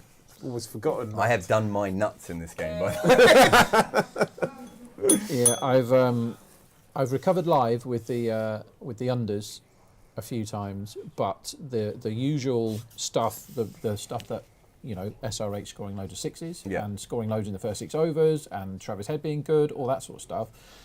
There's things that bail you out, right? So sometimes it's happened to me 3 or 4 times this IPL where I've had loads of bets before the match and they all lose because it can happen, right? Because there's been 70 games of this IPL or whatever it is. And some days you get it badly wrong. Luckily, when on Cricket 8, we've still managed to chuck out all sorts of big price winners, and we gave you a bowled at 4-1 second ball today, early wicket, all the rest of it. But you have to go, right, well, the conditions then I thought were going to be this, and it hasn't come out like that. It hasn't come out as a 220 shoot-off, which is what everyone was expecting before this game. It hooped round corners early, and stuff happened. Then you've got to rely on your experience, calm temperament, and you don't go chasing, going, right, I'm just going to keep backing over 6s because they're great at hitting 6s. I mean, they are. There's no question. But it was like, actually, look at how much it's moving here at the start. SRH got a bit stuck, I think, in their mentality today, because Boove in the 15th suggests that it's not gone great for them. No. Interesting one now is, where do you put, I'll ask this to both of you here, what's your run line for Boovie now? How many do you think he's going to get? I just don't see him bad enough. But I suppose he usually can knock the ball around pretty well, right? So 12? I was going to say 8. I think he's got like 2 good hits in him and then gets caught on the 3rd. I think 12 would be a lot because he could be not out and still not get 12. I don't mind 8 as a number.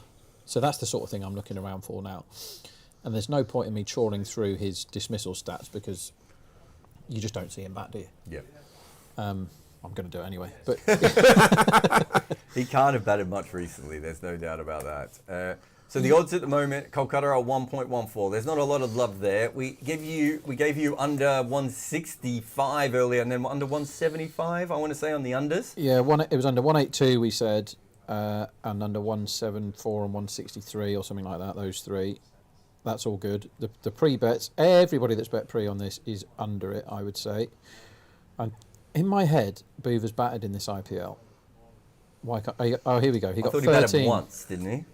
He's come to the crease 3 times. He got 6, 4, and this is the one where he had to do some batting. He got 13 off 13 against Bangalore, but he was basically playing for net run rate. So what you're saying is he's due a big score, so it's 50 off the next 3 overs. I'm saying he's a perfectly capable stay-in, Kuldeep Yadav type, but he ain't going to blitz 30 off 10 at the end. This is now what does Pat Cummins do? Chakravarti is back on. Good move by Kolkata. So Cummins has faced a 1 ball, just inside edge onto his pads. So they're still going for it. They could still be bowled out for 140. Yeah, there's a lot of final scores that are possible here. He's played this off the face of his bat. Do you think he looks for ones here? Well, he was looking for a 4 there, and the last shot he looked for a 4. 151 is the run line. That still seems a long way away for me. Yeah. If I wasn't already so negative on today, I would probably take this bet. He's left this one, but I think he thought that was going to be a wide.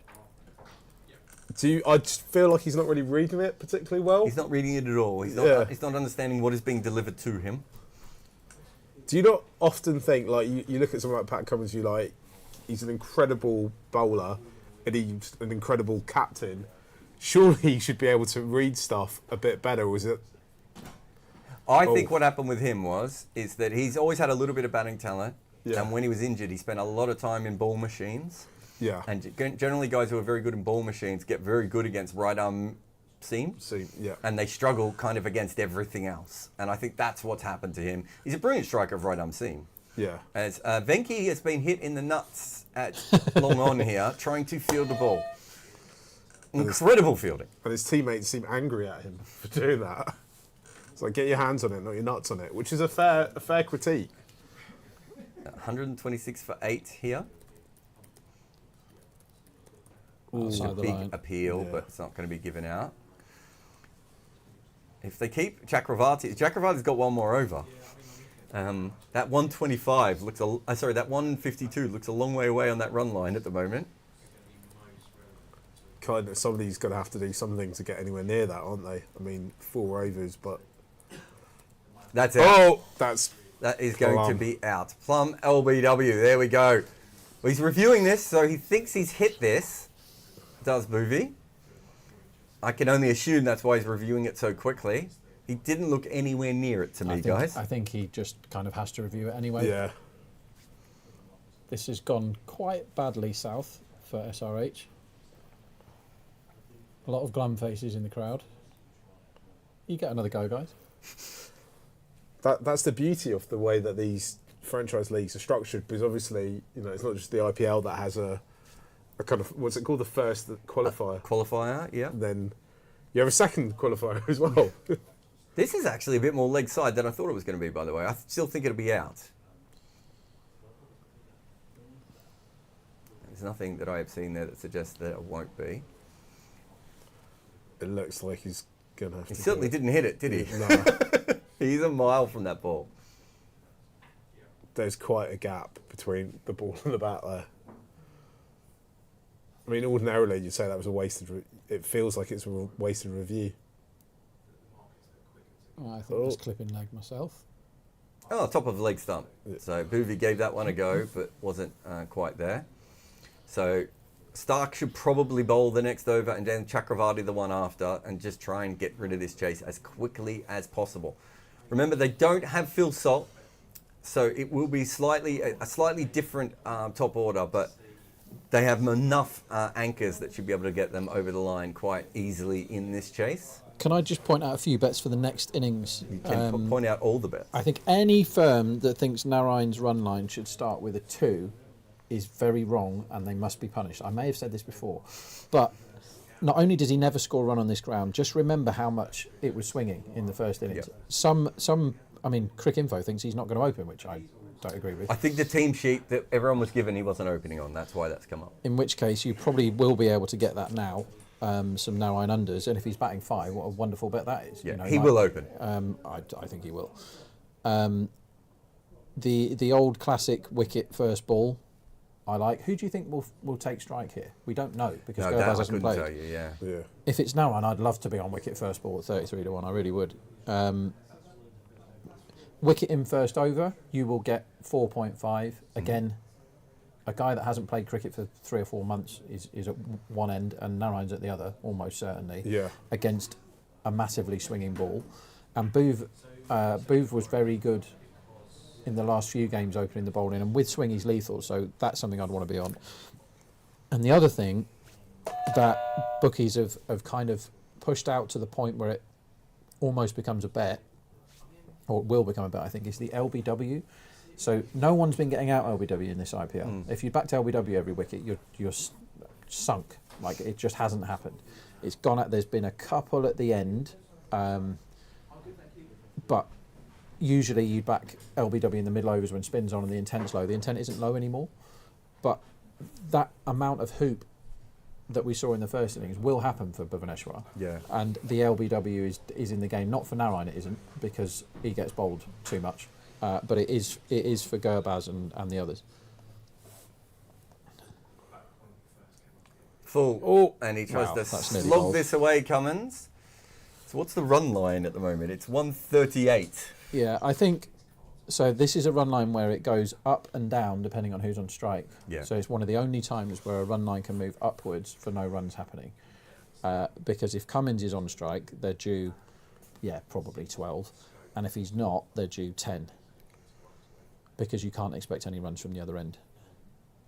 So at the other end, we have Viaskanth, who has, let's have a look here, 84 professional runs in T20 cricket, an average of 10.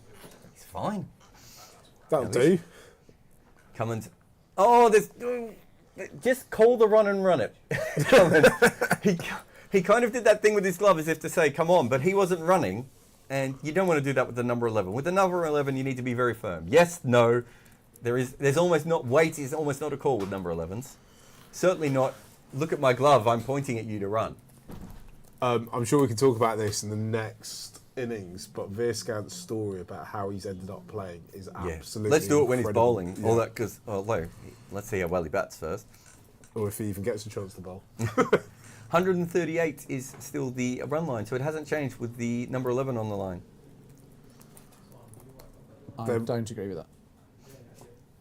Let's have a look at how he shapes up. Well, he looks fine against the To be pace. fair, that was absolutely fine.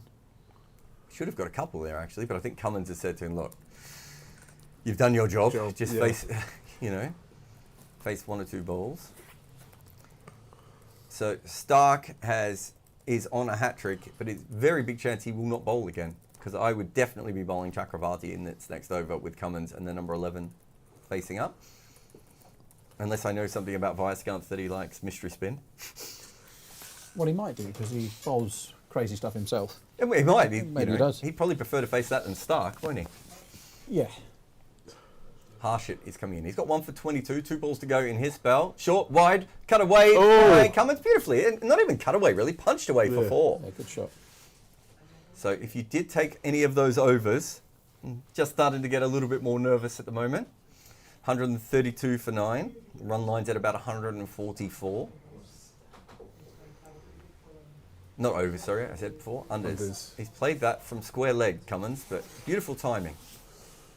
There's a 14-metre gap between short third and backward point. It's good eyes, Jarrod.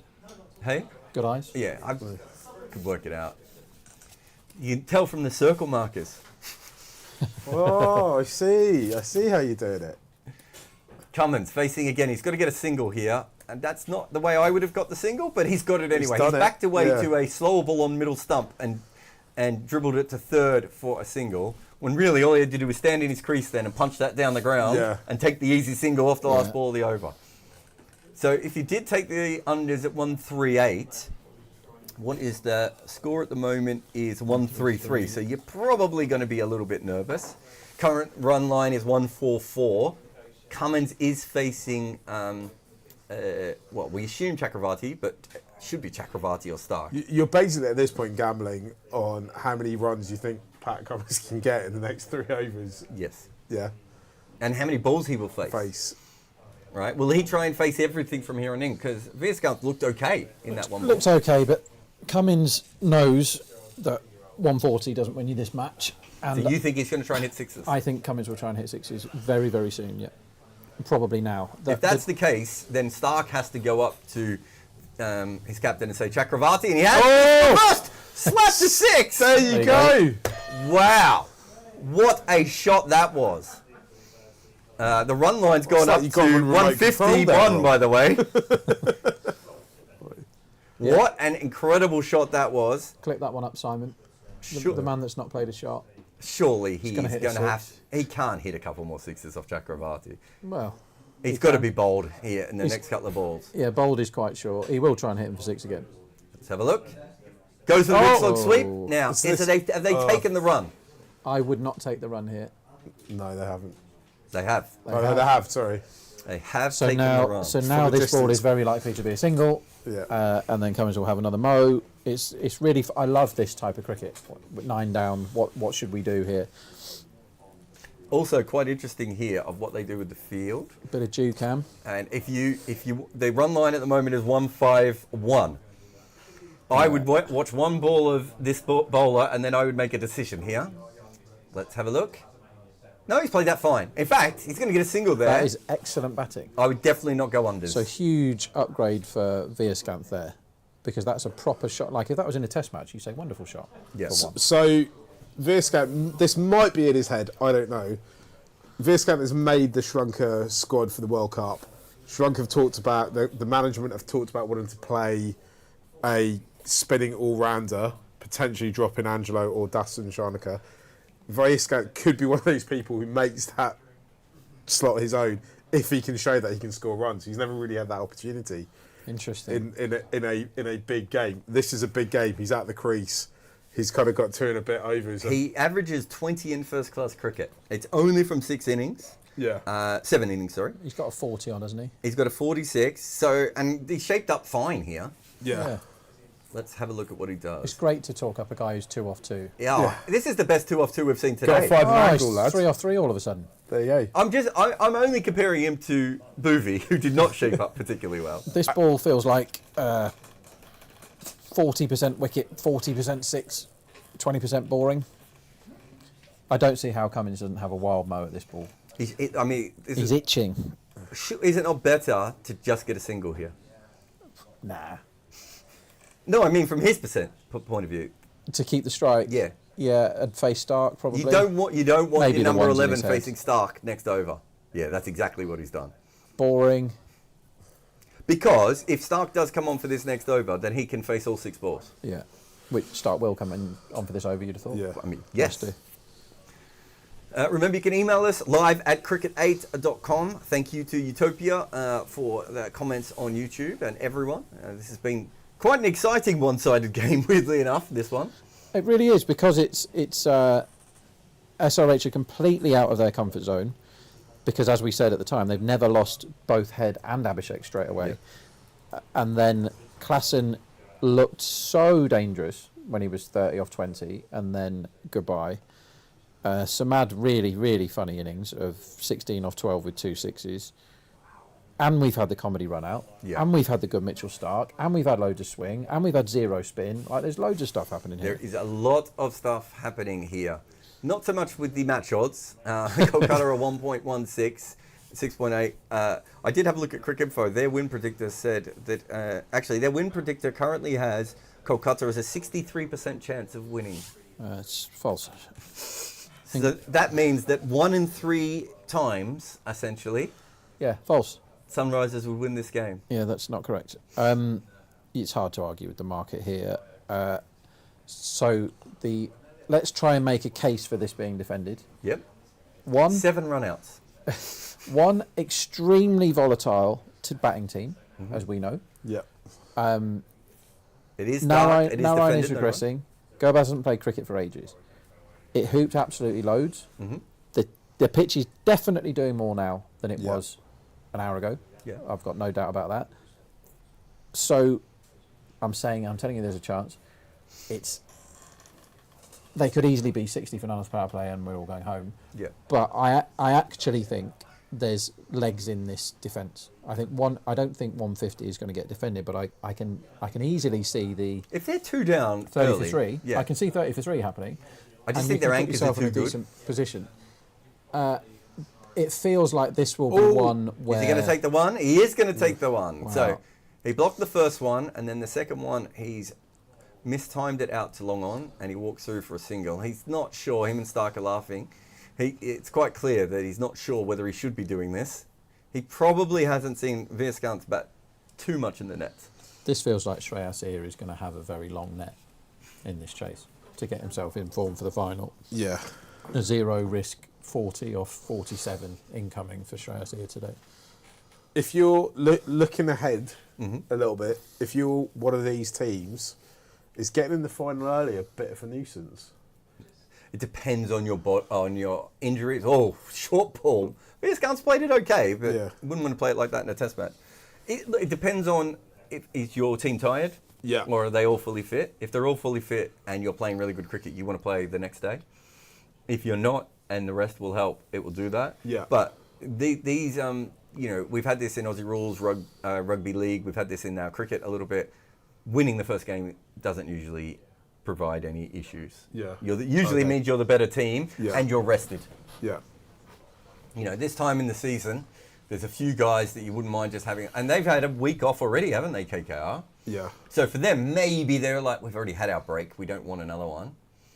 Cummins has managed to not bowl himself there in the most dramatic and accidental way possible. He hit that onto the bottom part of his bat. It looked like he hit every part of his pads on the way up, but it may not have.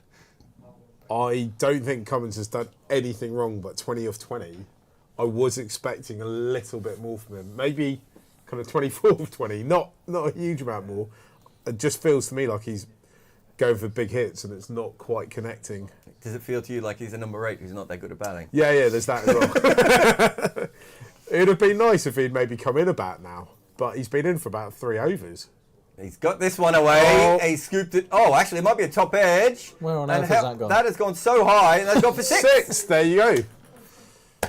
That's exactly what I was looking for. Pat delivers. Postman Pat. He's not sure how he's hit that 6, but he will take it. 152. Sunrisers are around 6s now. You better not get 173 here. 174 will be nasty. Which they could get if he gets on strike and pulverises whoever bowls the 20th. Who could be... Aurora, could be Russell. Probably be Russell, wouldn't it? Yeah. That bowls the next if it goes that far. Yeah. How many wickets do we need Russell to take it next time? He just needs to get 4 in the last over. That should be fine. He's the only person today that hasn't got a wicket, Andre Russell. But if you keep back in 5 He to 1 goes Russell... again, and he's got it for 4. Well done, Pat Cummins there. The bat is twisting in his hands. Stark can't stop laughing at his mate hitting him for boundaries there. It was accidental, let's be honest, but he's got another boundary away, and the market is just saying, wait a minute. See, when you've paid £2.2 million for a player, he closes that game off for you there. Closes that innings off, no problem. He doesn't go for 12 when they're 9 down. I'm 100% with you. It may not be the day to point out that Stark's not doing well, though. Well, he's got 3 for 34. Yeah. Pitch that hugely suited him at the start. Like, he's done all right. He's probably won in this game. We forgot that when he came back on, that was his hat-trick ball. It was his hat-trick, yeah. Which he did not get. Would your dad be upset that you forgot that? No, that's okay, because it was all in the one game. Okay, oh, right. It would have been if he didn't ever got that other over, which we Yeah. thought was a huge chance of happening as well. Odds have come in, 5-10, so that over has changed it from 7s to 5s. Yeah, there was a time where 160, KKR, Jack Callis days, would have been about a 50-50 game. Yep. And you'd be thinking, oh, well, it hoop loads. I want to be on the defence here.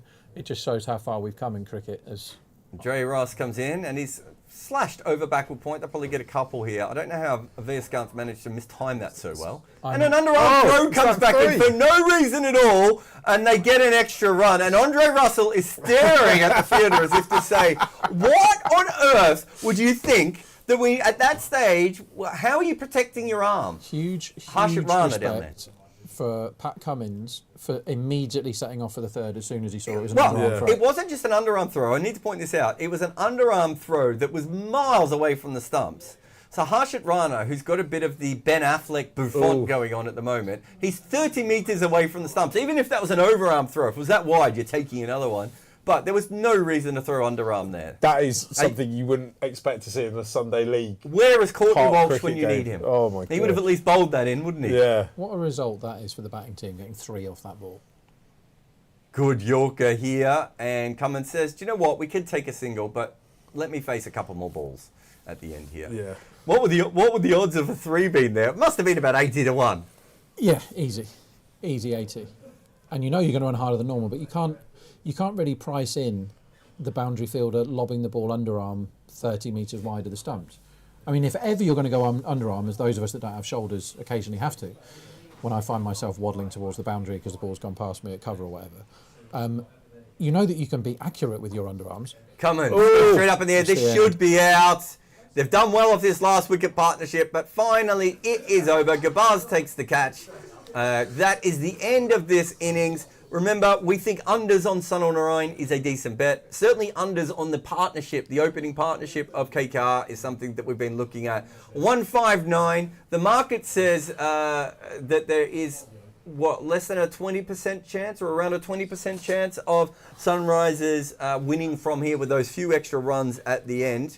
But you can get Kolkata at 120 and the Sunrisers are 580. We'll be back in a little while on Cricket 8 to give you the second innings. Unders on the Rhine, under on that first partnership, but there's probably not that much else that you want to go for. How about a wicket first ball? Wicket first ball. Let's do it.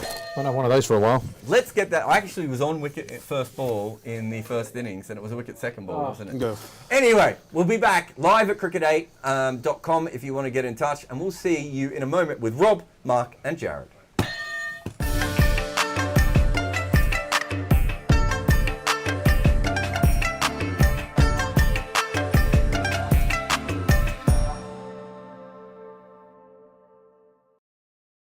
Ten, 9, 8, 7, 6, 5, 4, 3, 2, 1.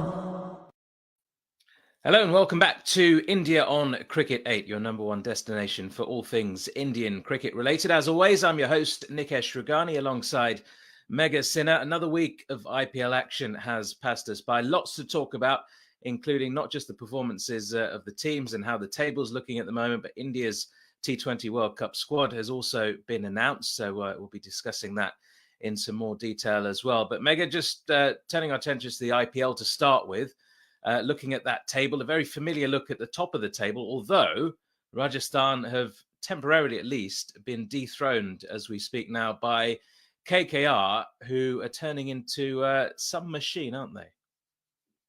Indeed. Rajasthan Royals love close matches, and courtesy that, they found themselves at the top of the table for 5 consecutive weeks. But finally, they've been dethroned rather, and now it's KKR perched at the top. And how amazing a form KKR is in itself. Their spinners, how lethal they've been. And am I allowed to call Sunil Narine a spinner? Because he's an all-rounder, a proper all-rounder. In top 5 in the batting charts as well, highest run getter for his team. And the wonders, the magic that Gambhir has worked on him is there for everybody to see.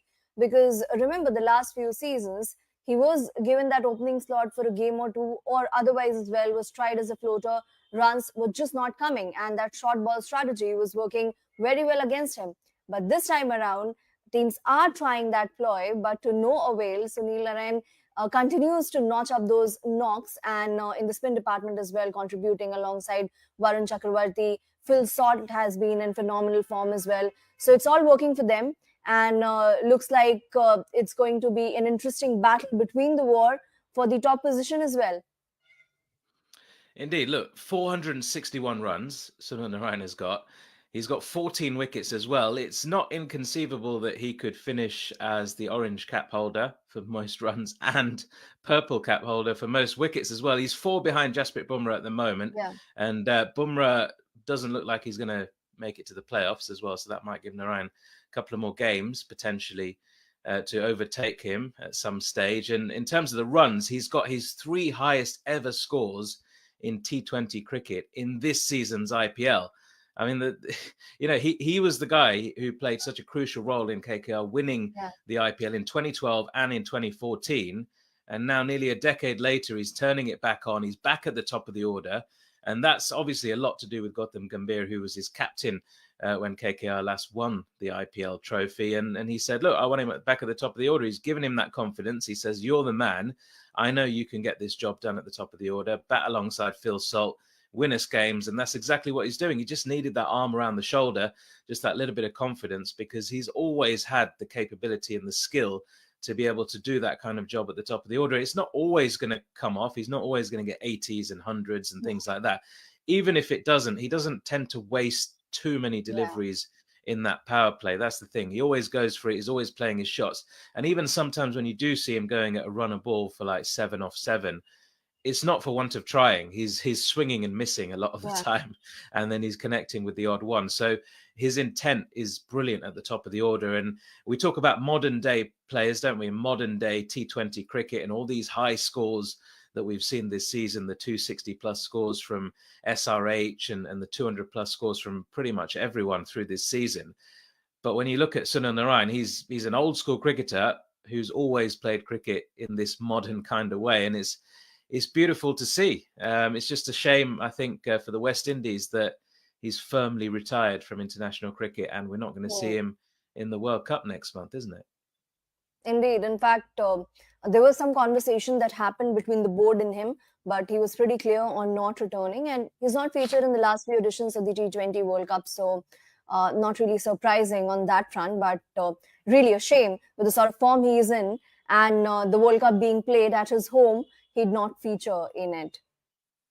Absolutely. So Rajasthan then slipping into second position. They got a game in hand over the KKR. I mean, those two sides locked in at 16 points.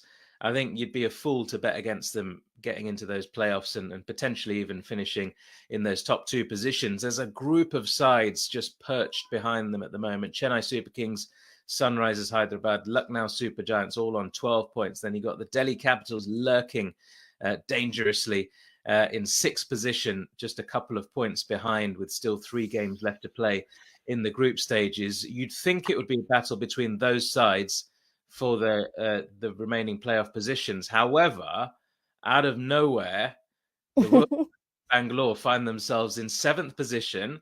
They're vastly improving their net run rate as they pick up these victories as well. They've won 4 now out of 11 matches. They're on 8 points, so they're 4 points behind that group on 12. And that's at the moment, kind of what would get you into the playoffs. And given their net run rate, it would, another win, and that, would be improved furthermore. They would be in that sort of top 4 shout with a couple of more wins and depending on other results. But it's a long way to go. Mathematically still possible. There's a bunch of sides on 8 points, by the way, but Punjab Kings by Indians, Gujarat Titans, all with worse run rates. Gujarat Titans pretty much done and dusted, given their net run rate, minus 1.320 at the moment. Bangalore, let's talk about Bangalore. Have they left it too late?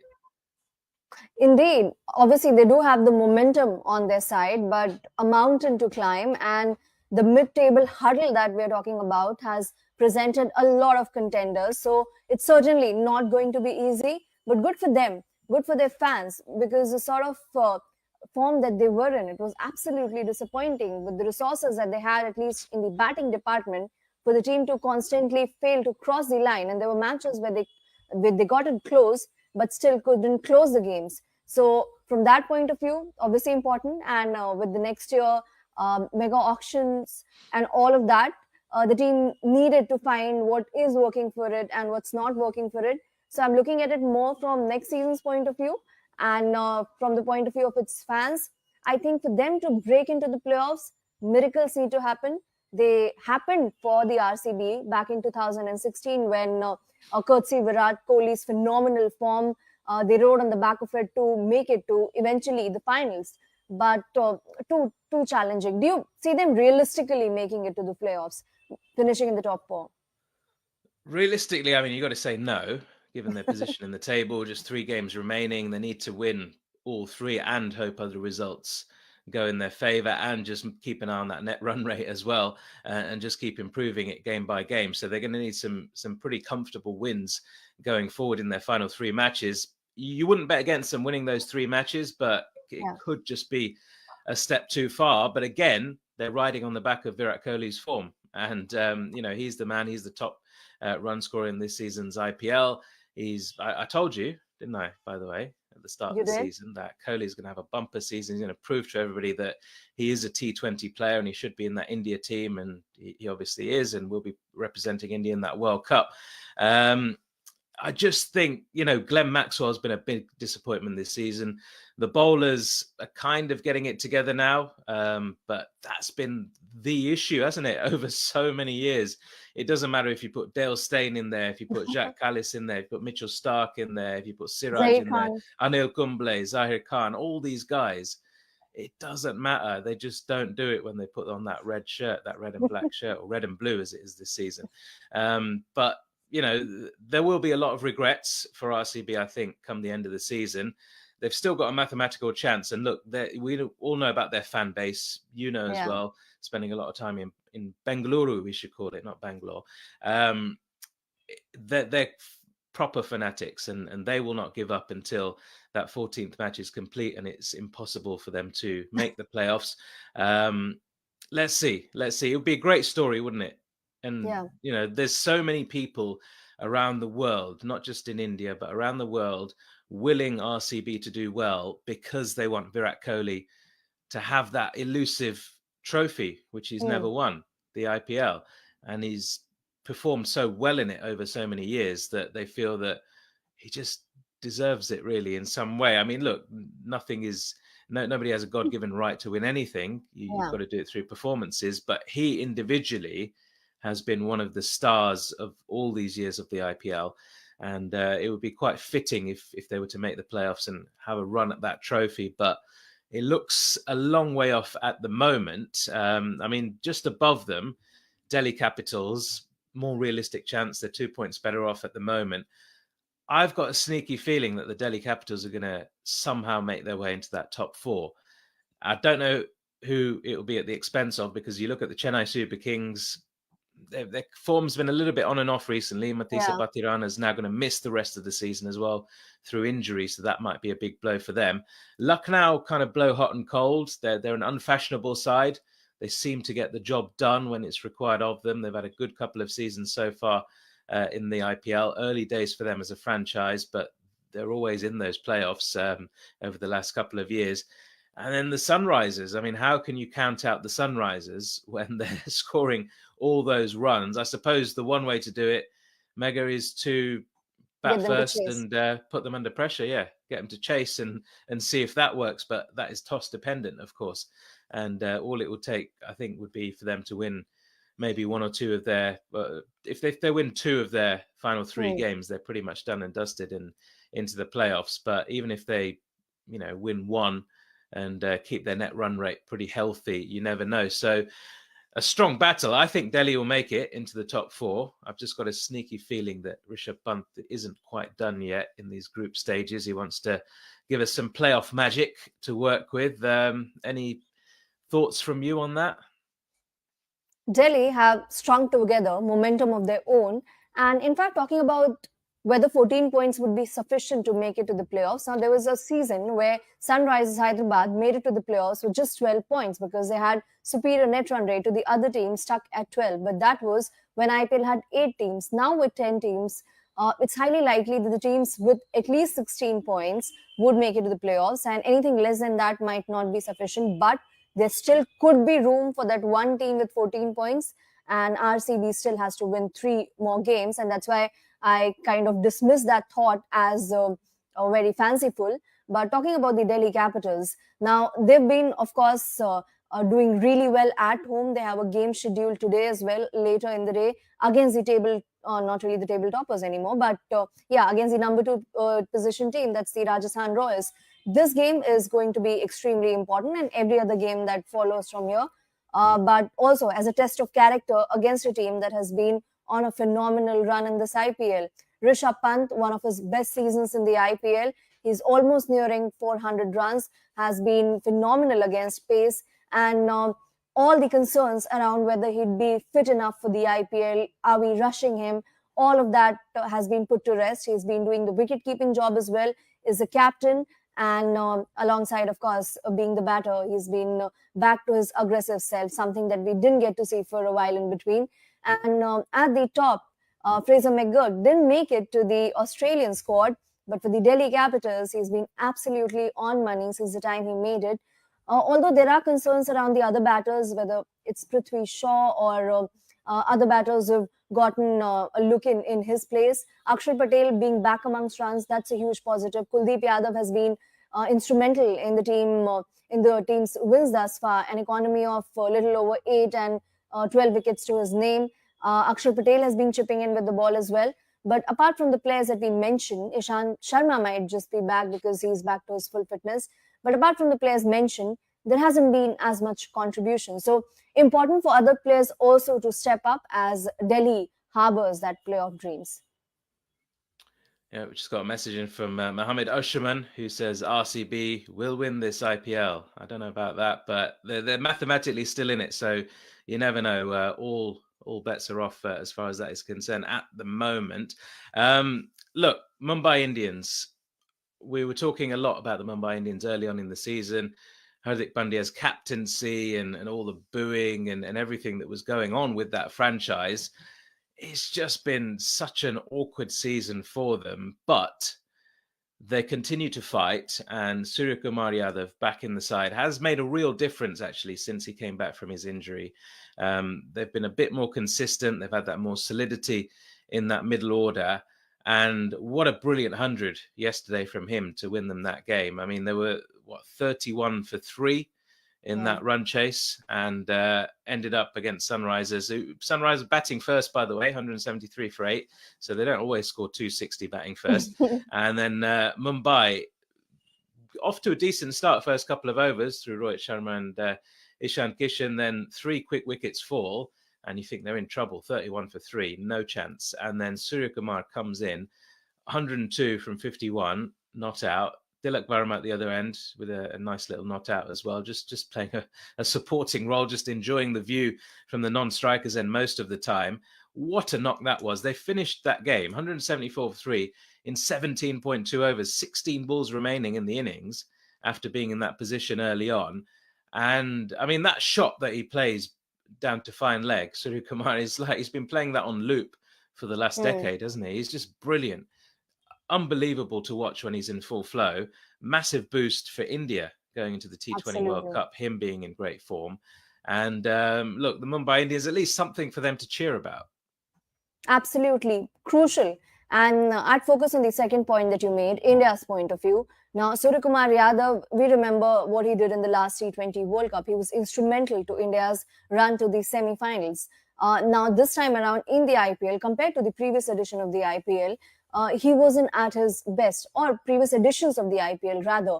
The strike rate, the average was still fine, but compared to what we've seen him in the past, obviously it was on the lower side. But this century is kind of reassuring the fans. He's done that with that century, reassured the fans that he still has those tricks in his bag. And obviously 3 wickets up front for Mumbai Indians. And it looked like this might just be another of those defeats. But that maturity that he showed, the ball was swinging, and obviously it was swinging quite a lot. And that's why there were a lot of extras as well. Runs weren't coming off the bat. They were coming through extras.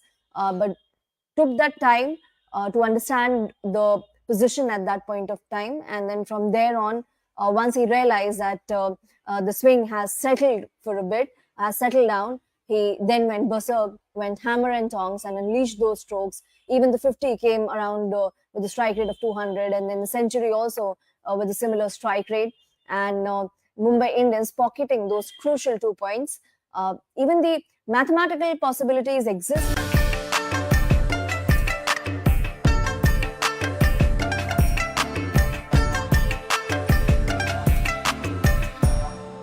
to Cricket 8. We had some technical difficulties, but we're here, barely. We've had a few balls bowled in this over, a couple of dot balls, and Gabars has also hit one through the covers for one. I've got people with laptops in front of me everywhere. Mark, if you can move your laptop back. That's cricket.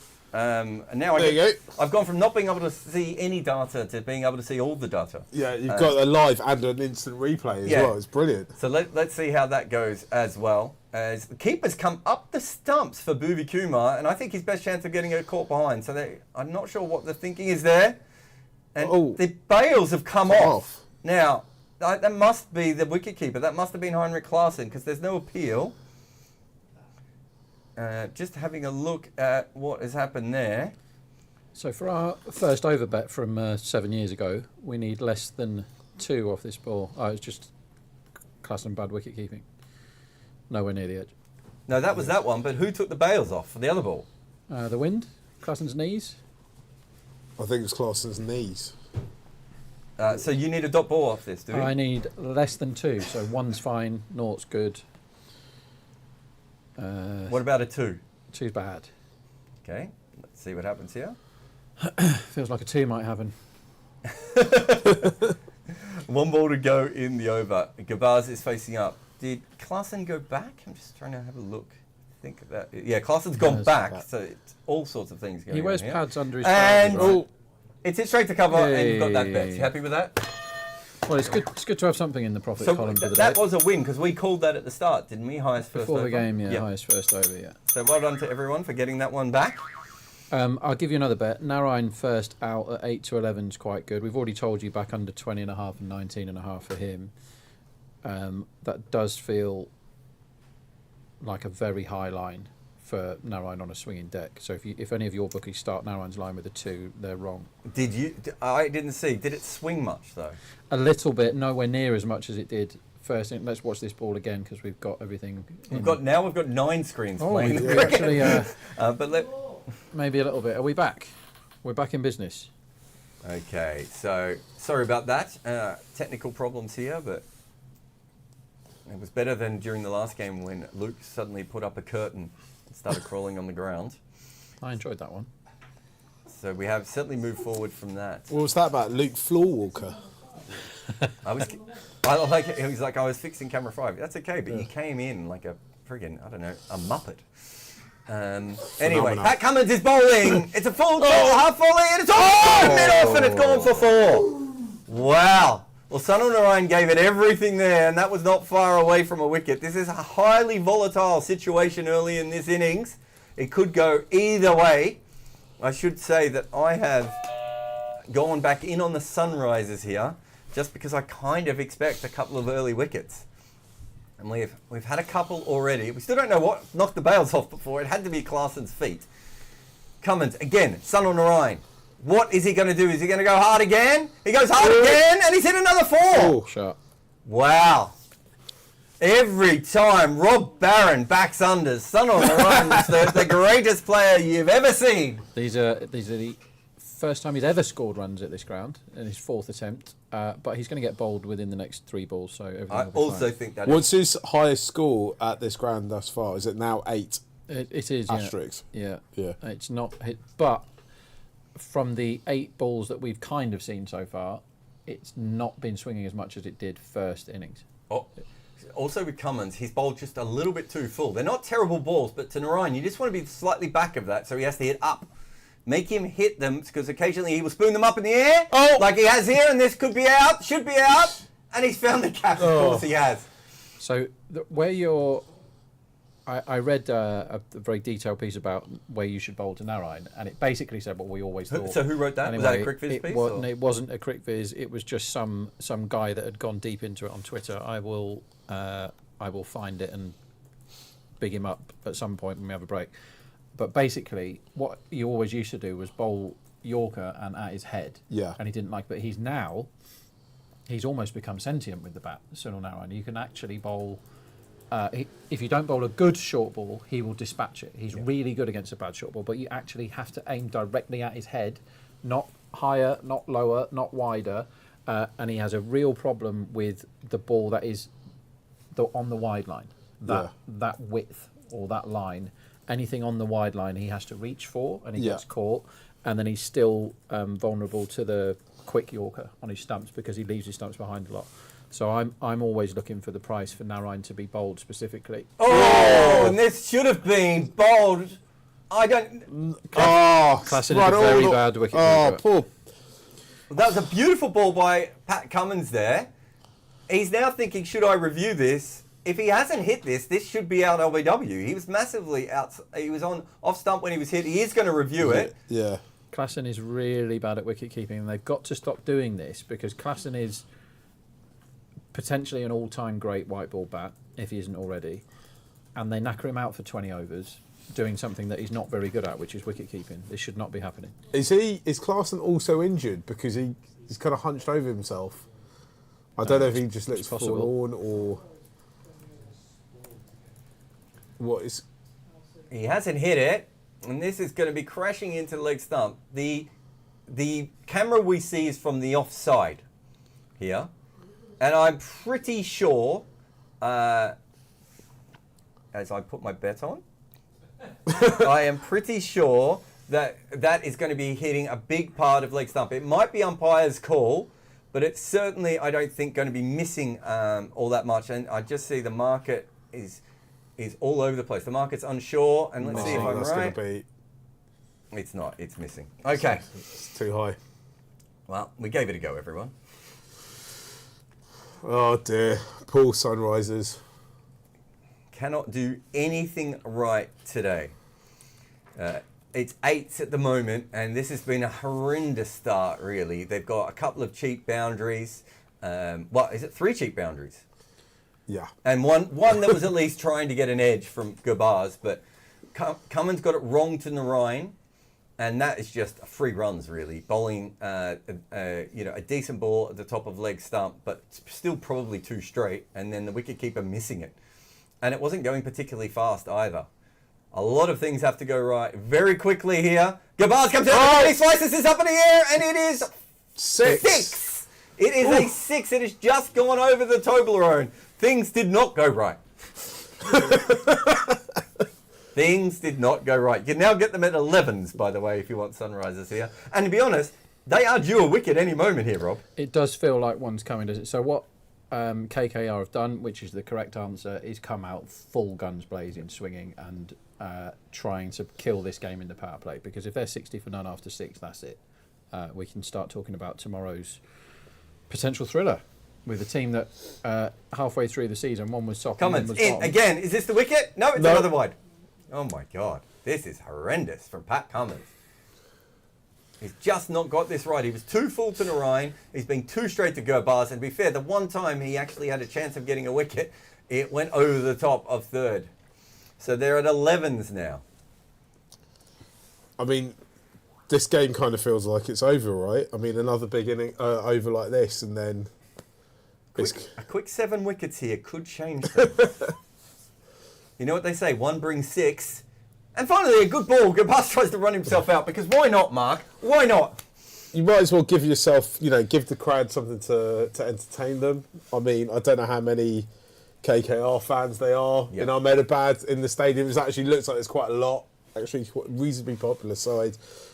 You've got your quick 12 runs and your nine balls. You might as well just run yourself out in a theatrical way, because there's quite often some of these franchise leagues do give away toasters and other home appliances for the best run out.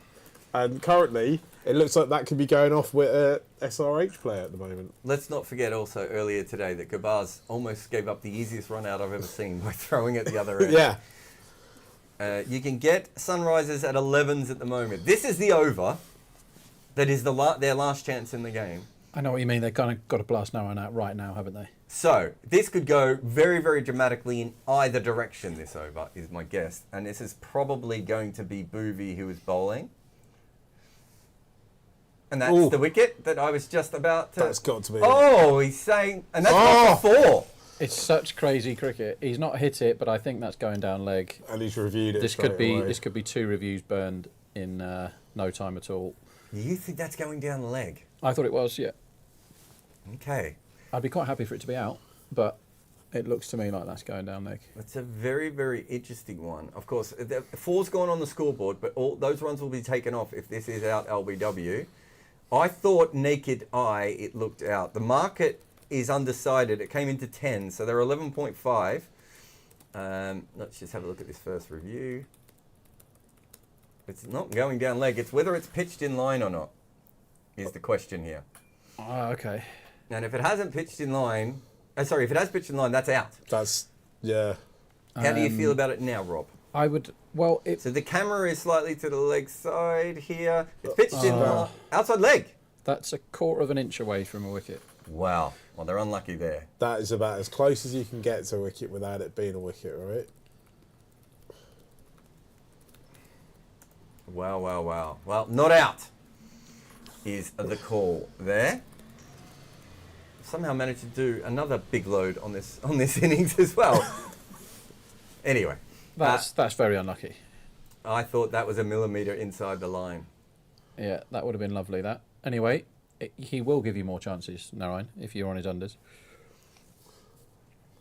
Boo. So they've done both of their reviews here. He just doesn't need to overcompensate here because he'll get smashed for 4 if he does. And it's a miss hit from Narayan. It's probably the best thing that can happen to Kolkata. Just gets him off strike for a moment. Yeah.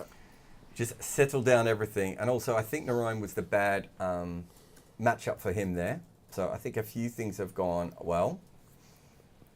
Yeah, this inning so far has gone extremely well for the batting team, and it could have gone. They could easily be 18 for 2 here, and we'd have a right old game on our hands. Yeah. But they've swung at everything, and it's Klassen's wicket keeping and not a natural wicket keeper, so that's -8.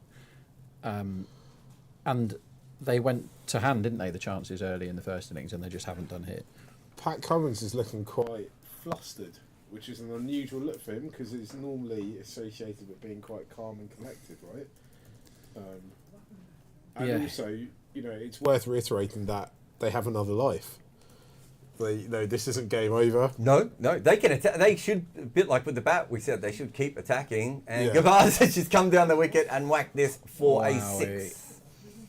And that is that. I think when he's in form and he gets going, Gabaz is one of the best players in the world to watch bat because he just keeps looking for boundaries. Well, I think he's 23 now.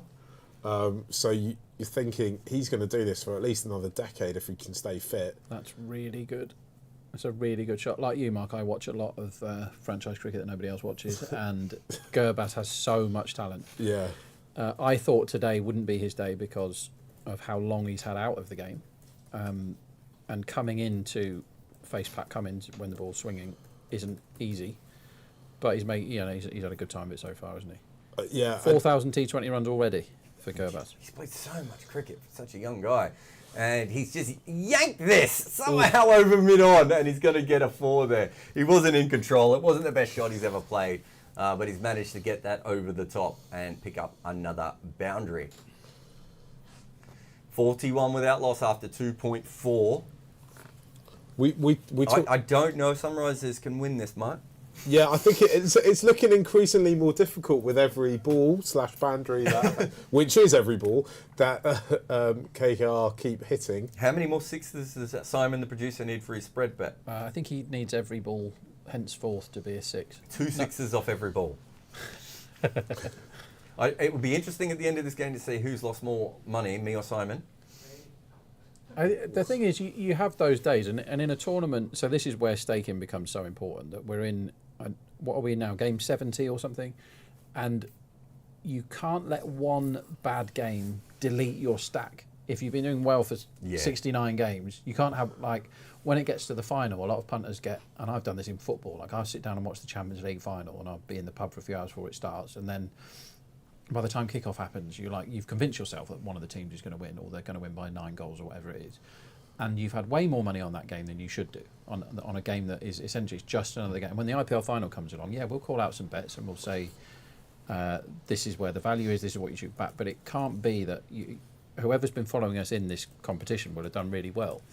This Narayan hits one through a fielder, for 2. you can't suddenly start going, right, it's the final, we've been doing really well, I'm going to have it all on this, or I'm going to have loads on this. It's just another game. It's just another game where people are playing and the value is the same as all the other games. I wish that's what I'd done, because that would have been a normal mistake. I just got caught on the wrong side of a collapse. Thanks for telling Jarrod this now. My biggest problem was when they went to 4s and Klaassen came out is when I should have put my money on in the first place, and then I would have actually made a stack and just left and been comfortable. Because I got on a bit late, even though I got back into double greens, I didn't just accept the double green, and then once I got on the wrong side of the collapse, I was done. The thing that eventually you have to learn, and it took me a long time, is you have to sometimes accept that you're definitely going to lose, and if you can double red when you should, rather than grimly going down with the ship, like sometimes, we're not going to go all white men can't jump about this again, Jarrod, but sometimes when you really win. Yeah, sometimes when you win or lose, you actually win. You actually tie. Anyway, basically, thank you, Rosie. Basically, don't smash too much away on throwing good money after bad is what they used to say. And it's like, if you're having a bad day, accept that when you've got 70 matches in the IPL, there's nobody in the whole wide world that's going to win on all 70 of them. Gurbaz is in absolute turbo mode, so it feels like a wicket is. So I'm looking at wicket in next over here. You say it feels like a wicket. It felt like a wicket almost every ball, to be fair. And the next man out is now pretty much 50-50 because Gurbaz is in gear 5. Utopia on the YouTube says, what is Cricket 8? It's an idea. It's a concept. It's vibes. Mood. It's vibes. Cricket 8 is a home for people who like to know more about what's actually happening in the game. Wicket there, and that does bring things back as Natarajan has hit the ball. Gurbaz has hit the ball straight to cover. They're still at 12s, so it's not as if it's changed the. Actually, they might not be at 12s. Our screen might have frozen. It hasn't changed the match situation all that much. But again, Rob Barron said that there was going to be a wicket. I kind of felt like he was completely right, except I felt that way in all 3 overs so far, and it hasn't happened yet. And this time he comes down the wicket and slashes that to point. But just to finish on what is Cricket 8, we look at it.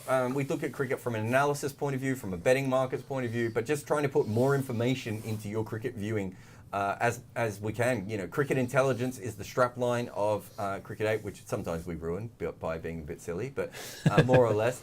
We have podcasts, we have articles, there are videos that we make, all sorts of things. So check out the YouTube page for the other content we put up. Check out cricket8.com, which is obviously our home, and you can see many different things that we do in Cricket 8, like predicting wickets, as Rob Barron just, I think you and I predicted a couple today.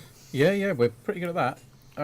We very nearly got one first ball of the day again, but it was second, and then that one, there are times where it's a great shout that there's going to be a wicket, and there are times where it's extremely likely, like Gurbaz trying to hit every single ball for 6. Yeah. Which is nothing wrong with him doing that, though, from a KKR point of view. But he got 23 off 14, which doesn't quite put him in the kind of form that you're saying he's definitely back or he's definitely fine. Venki is in, and he's got to pull down the leg side and flick it away.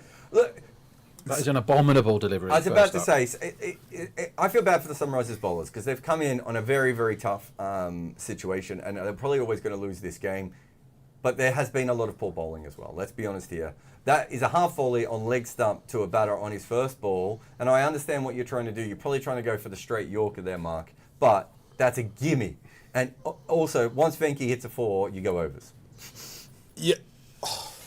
I kind of can't understand what was going on there, what the thought process of the bowler was. Maybe he lost control of the ball as he was running in, or in the grip. Maybe there's a bit more dew on the pitch. I'm not sure. And it ended up doing something slightly different, but that ball made no sense to me. Oh, another one down the leg side. He's got away with this. That should have been 4 again. Yeah. This is the guy you want to bowl your straight Yorker at, isn't that right? Well, that's what he tried. Oh, Narayan rather than Venki, Yeah. It's, I suppose, I wonder if the kind of pressure's kind of crept in here, and the bowlers are thinking we need to do something special, we need to be slightly unpredictable, and that's what they're trying to do, opposed to kind of stick to the process they know works. I would say maybe a little bit of lack of leadership. I don't know what you think, Jarrod. Am I being too harsh? Am I you mean over-reading it? On Cummins? Oh, well, just the whole organisation. I don't, these decisions are, you can't really, there's so much money involved in the IPL, you can't really have one person make that decision, can you? Or dictate the kind of how we're going to play. Cummins is almost the face of it on the pitch, but there's got to be people in the dugout and people in the innings break going, this is what we're going to do, don't panic. Most important thing is, regardless of whatever the result is today, we could got another shot at it if we don't win. So these are the plans that we came in with. We're still going to try and execute it. It's just gone down the leg side. He tried the straight full Yorker to Narayan and didn't quite get that right. I think what it comes down to is when your bowlers know they have to take a wicket almost every ball. Yeah. That puts a little bit more pressure on them. And instead of doing what Bhuvi should have done is gone, I'm going to bowl 4 out swingers outside off stump and 2 that come back in and try and hit the top of off stump. And that's all I'm going to do. Yeah. Right? And if they block it out and we don't get a wicket, that's fine. And Cummins should have said, I'm just going to go bowl slightly back of a length here. And if Narayan's going to hit me, he's going to have to hit me up. Yeah. Right? Rather than just punching through as he did. And then Natarajan is thinking, if I can sneak a sneaky Yorker through, like, the thinking isn't wrong, but the execution everywhere has been really, really poor. And you've got to be honest with that. And, sometimes that's just your day, right? Yeah. So I have a feed here that gives me some Asian betting lines for various things. And they think Narayan to be bowled is 5.9 here. Narayan specifically, that's just wrong. So how much is he to be bowled? 5.9. How many times has he been bowled this season? I think it's 3. Bit like Travis Head. Let me look that up. This first ball of the 5th over is Bhuvi. But he's one where, as we've always said, you bomb him, and then he's so vulnerable to the Yorker. Yeah, 3 times. Ball by Hardick. Trent Bolt cleaned him up, but he did have 109 at the time. And how has Sunil Narayan got 109? That was a crazy match against Rajasthan against the best bowling team. Half volley on leg stump. He flicked this away for another 3-4. So again, this is what we're talking about. That is just a poor delivery. 51 without loss after 4.2, and Heinrich Klaasen gave one away. Let's take the Cummins couple of deliveries out of it, but the Heinrich Klaasen should have stopped one, and that's 3 boundaries out of the 52 runs that have basically been gifted to the opposition. Yeah, so that's at least 12 runs that are gifted. You take that 12 runs away, you're 41 for 1. You're thinking after... Oh, he charged down the wickets, and he's just got this over the top. Well, actually, he's got it over mid-off quite a bit there, has Venki. And another 4. 12 off 5 he is. Yeah, no, you're right. You've gifted that start. Yeah. It's been poor cricket. They haven't put the ball in the right area as much as they should have. Sorry, it's 4. I forgot. Bumrah bowled him, didn't he, last time? No, right. Oh, yeah. So 4 times he's been bowled. 5.9 is silly. I think he should be about 4.4 or something. Crandom sent a message through going, Rob's beard, smiley face with love heart emojis. Okay. Afternoon, mother. Don't really know what to say to that one. Didn't think you would. That's why I wanted to say it out loud. Thanks, mate. It's great that she's listening or watching. Yeah, I think my mum does, so hi, Mum. Oh, and this is a good ball. Imagine just bowling good length balls outside off stump, which he does this time, and Venki just pushes at this with his hands and misses it, and there's no run. So the run line for the 6th is, it feels like it should be 10.5 or 9.5. Yeah, 9.5. I think a lot of people will want to back overs. Again, I'm looking for wicket in over because of this intent is crackers.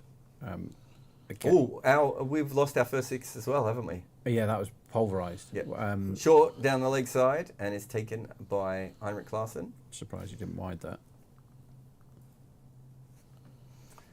57 with 1 wicket down. They need 103 off 91. So if they lose a wicket here, we'll probably see the other Iyer. They might double Iyer. I think Shreyas will really want to have a net today and get himself some form. That's an angle on the old classic next man out is whoever's batting with him is big favourite. Because he'll just come in and do you remember the game earlier in the season where he got 40 not out in a chase and Salt and everybody else was just smoking it everywhere and he was like 40 off 41. Yeah, he'll want to do that, and anytime he can have an excuse to score slowly, he takes He'll it take it. because he just wants to bat. I'm not sure why this ball's taking 15 minutes to be bowled.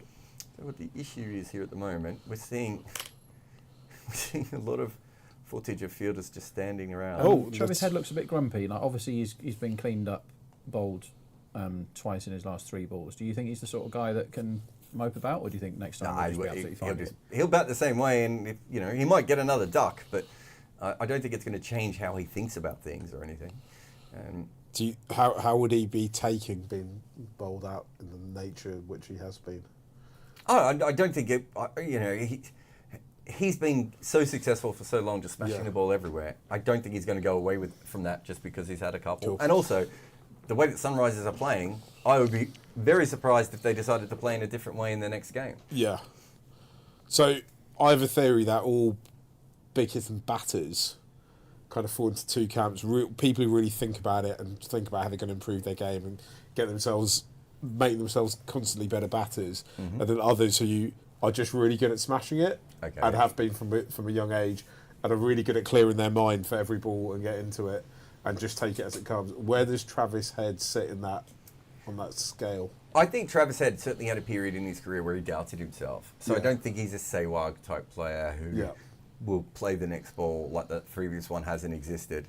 But I think also he's had so much success over a period of time that it would take maybe 6 or 7 failures for him to get into a mindset where he thinks to himself, oh, maybe I need to knock myself in here. And also, if you look at the way he plays, he's not always hitting boundaries in the first over, is he? No, that's the surprising thing about SRH is that you'd think, given how many runs they've actually scored in their first 6 this season, that they would have hit the first over lots. Abhishek and Head, because you've got both of them that are hammering 6s all the time. But they haven't really. They're no better than average in their first over, because for them they have a look. For normal people they don't have a look, but for them they have a look.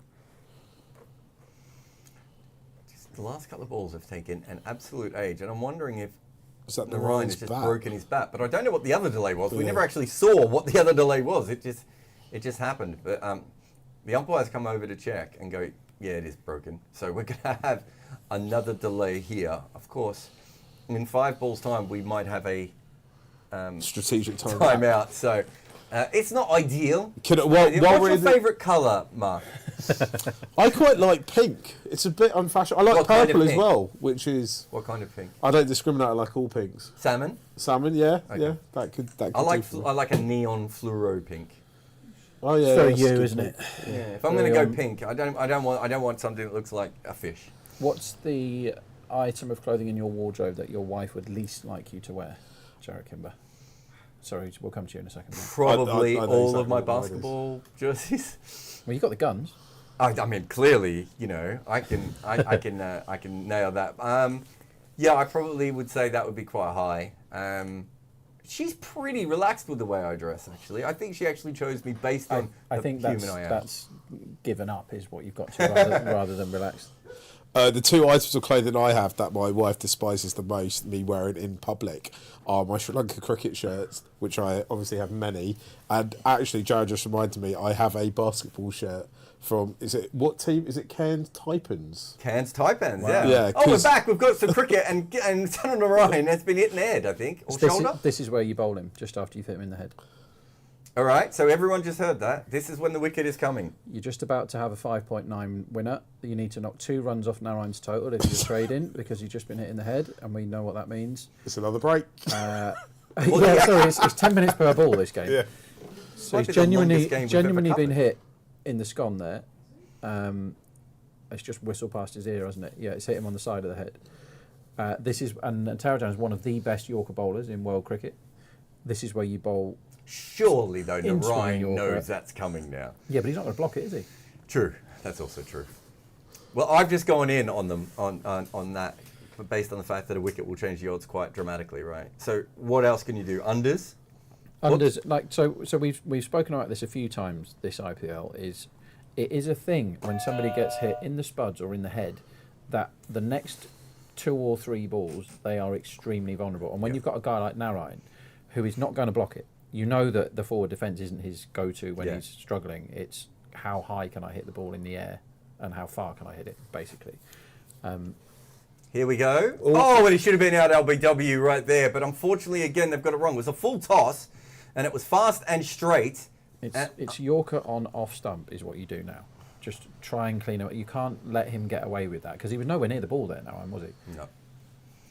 He looks, well, I don't know what he looks like. He never looks happy, does he, Sunil? So he's been hit in the head, and then they've had half an LBW shot, and he was very slow on that next ball, which is weird because he should have expected it, and it was a full toss, so it wasn't as if it tricked him on the length. He would have been able to pick it up quite early on. Natarajan has been the best of the bowlers. He's bowled some poor balls as well. He's gone for the off-stump Yorker. Well, unfortunately for him, that's the ball he should have bowled just after the previous one, and he hasn't. So what do you think Narayan does here? 4 dot balls. Something silly. Something silly. Which is what he's always done in his career after. Maybe he'll say something silly like "I love you." Again for the kids, that one. 4 dot balls in a row. We are going to get a wicket or a 6 here, is what we are really thinking. So you've got enough time to actually back things. He's gone for the bouncer. And unfortunately, it's a bit short, and it's been called for a wide. So one thing to look out for there is the camera's just shown Shreyas Iyer with his helmet on, which means he's very likely to bat next. And that means that the next session, for those that are betting on overs, the expected runs on that comes way down. Yeah. If this was a league game, they'd be thinking about net run rate now. How quickly can they knock these runs off? They don't have to think about that at all. That is not in their thinking. So when it comes to the betting angles, you can take that one out of it. They're not trying to chase this in 14 overs. They want to make sure they win. But the other things they want to do is give guys time at the wicket who haven't had much. And the captain is one of those. He will want to get some form. They probably want Rinku to bat today.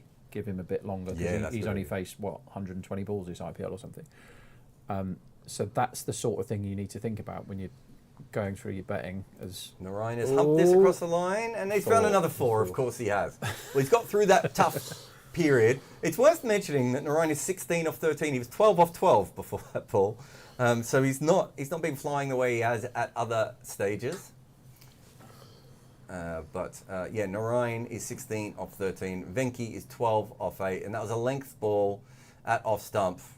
It's not a bad ball to Narayan. It probably just lacked a little bit of energy from Natarajan, if we're being honest. And he's not a bowler who bowls great length deliveries. He's much better when he's bowling Yorkers. He's not bad at the occasional bouncer as well. That went for 4, not 6, so Simon's spread bet in the other room is not ideal. Full straight, goes for it again, but unfortunately, it's just knocked down to long on for 1. So that is the end of the power play. We'll keep an eye out to see if we're going to get a strategic timeout. I'm not sure the Sunrisers need a strategic timeout here, based on the fact that we've just had 20 minutes of breaks. This is true. They haven't really shown up, have they, today? No. I think they've been worse with the ball than they were with the bat. Oh! Because at least there were mitigating circumstances with the bat. It hooped at the start, didn't it? It was going round corners, and the guys that have been gunning it all season got out. And Klassen, that's the pivotal moment of this game, was that they'd got 9 off the first 5 Chakravarti balls, and he mistimed 1. Yeah. If that goes for 6, this is a completely different cricket match. But that kind of killed it, and it just shows that, like when we were saying, honestly, the KKR of not that long ago thought 160 was a good score. Yeah. 160 is nothing nowadays. It's like you're so far below par. Yeah. This feels like it's a timeout, doesn't it? Strategic timeout here on Cricket 8. We'll be back in 2 minutes and 15 seconds for more cricket.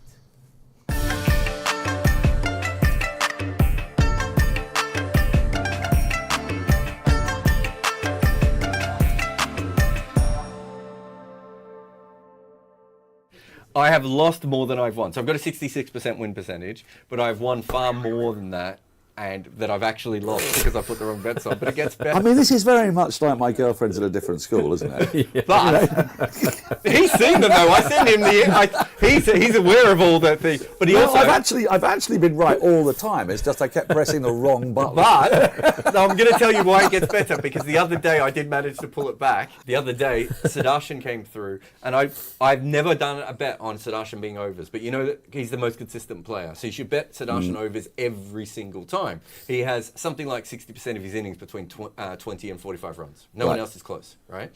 So I went for the overs, and I was so confident, and I got it on. But I've never bet overs before on that particular market. And the app I was on, I hadn't used, so I went the wrong way. Sudarshan comes out, and he smashes 2 cover drives for 4. And I'm sitting there going, he's going to go past 20 in about a minute and a half here.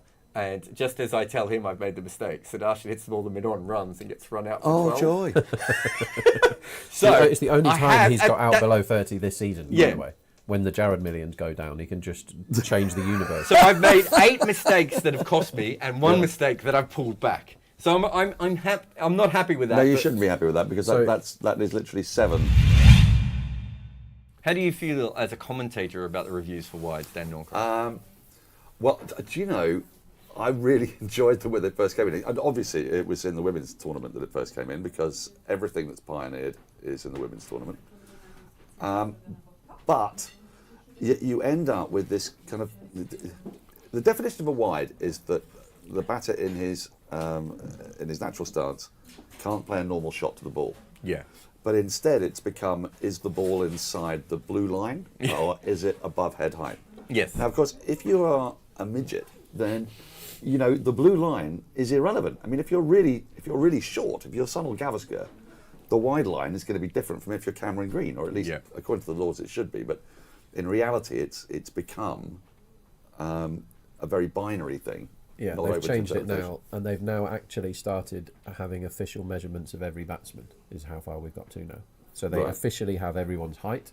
They put everyone's height into the computer. They've got his height. They will have a number. They're doing something that they call smart reviews, which is an oxymoron or a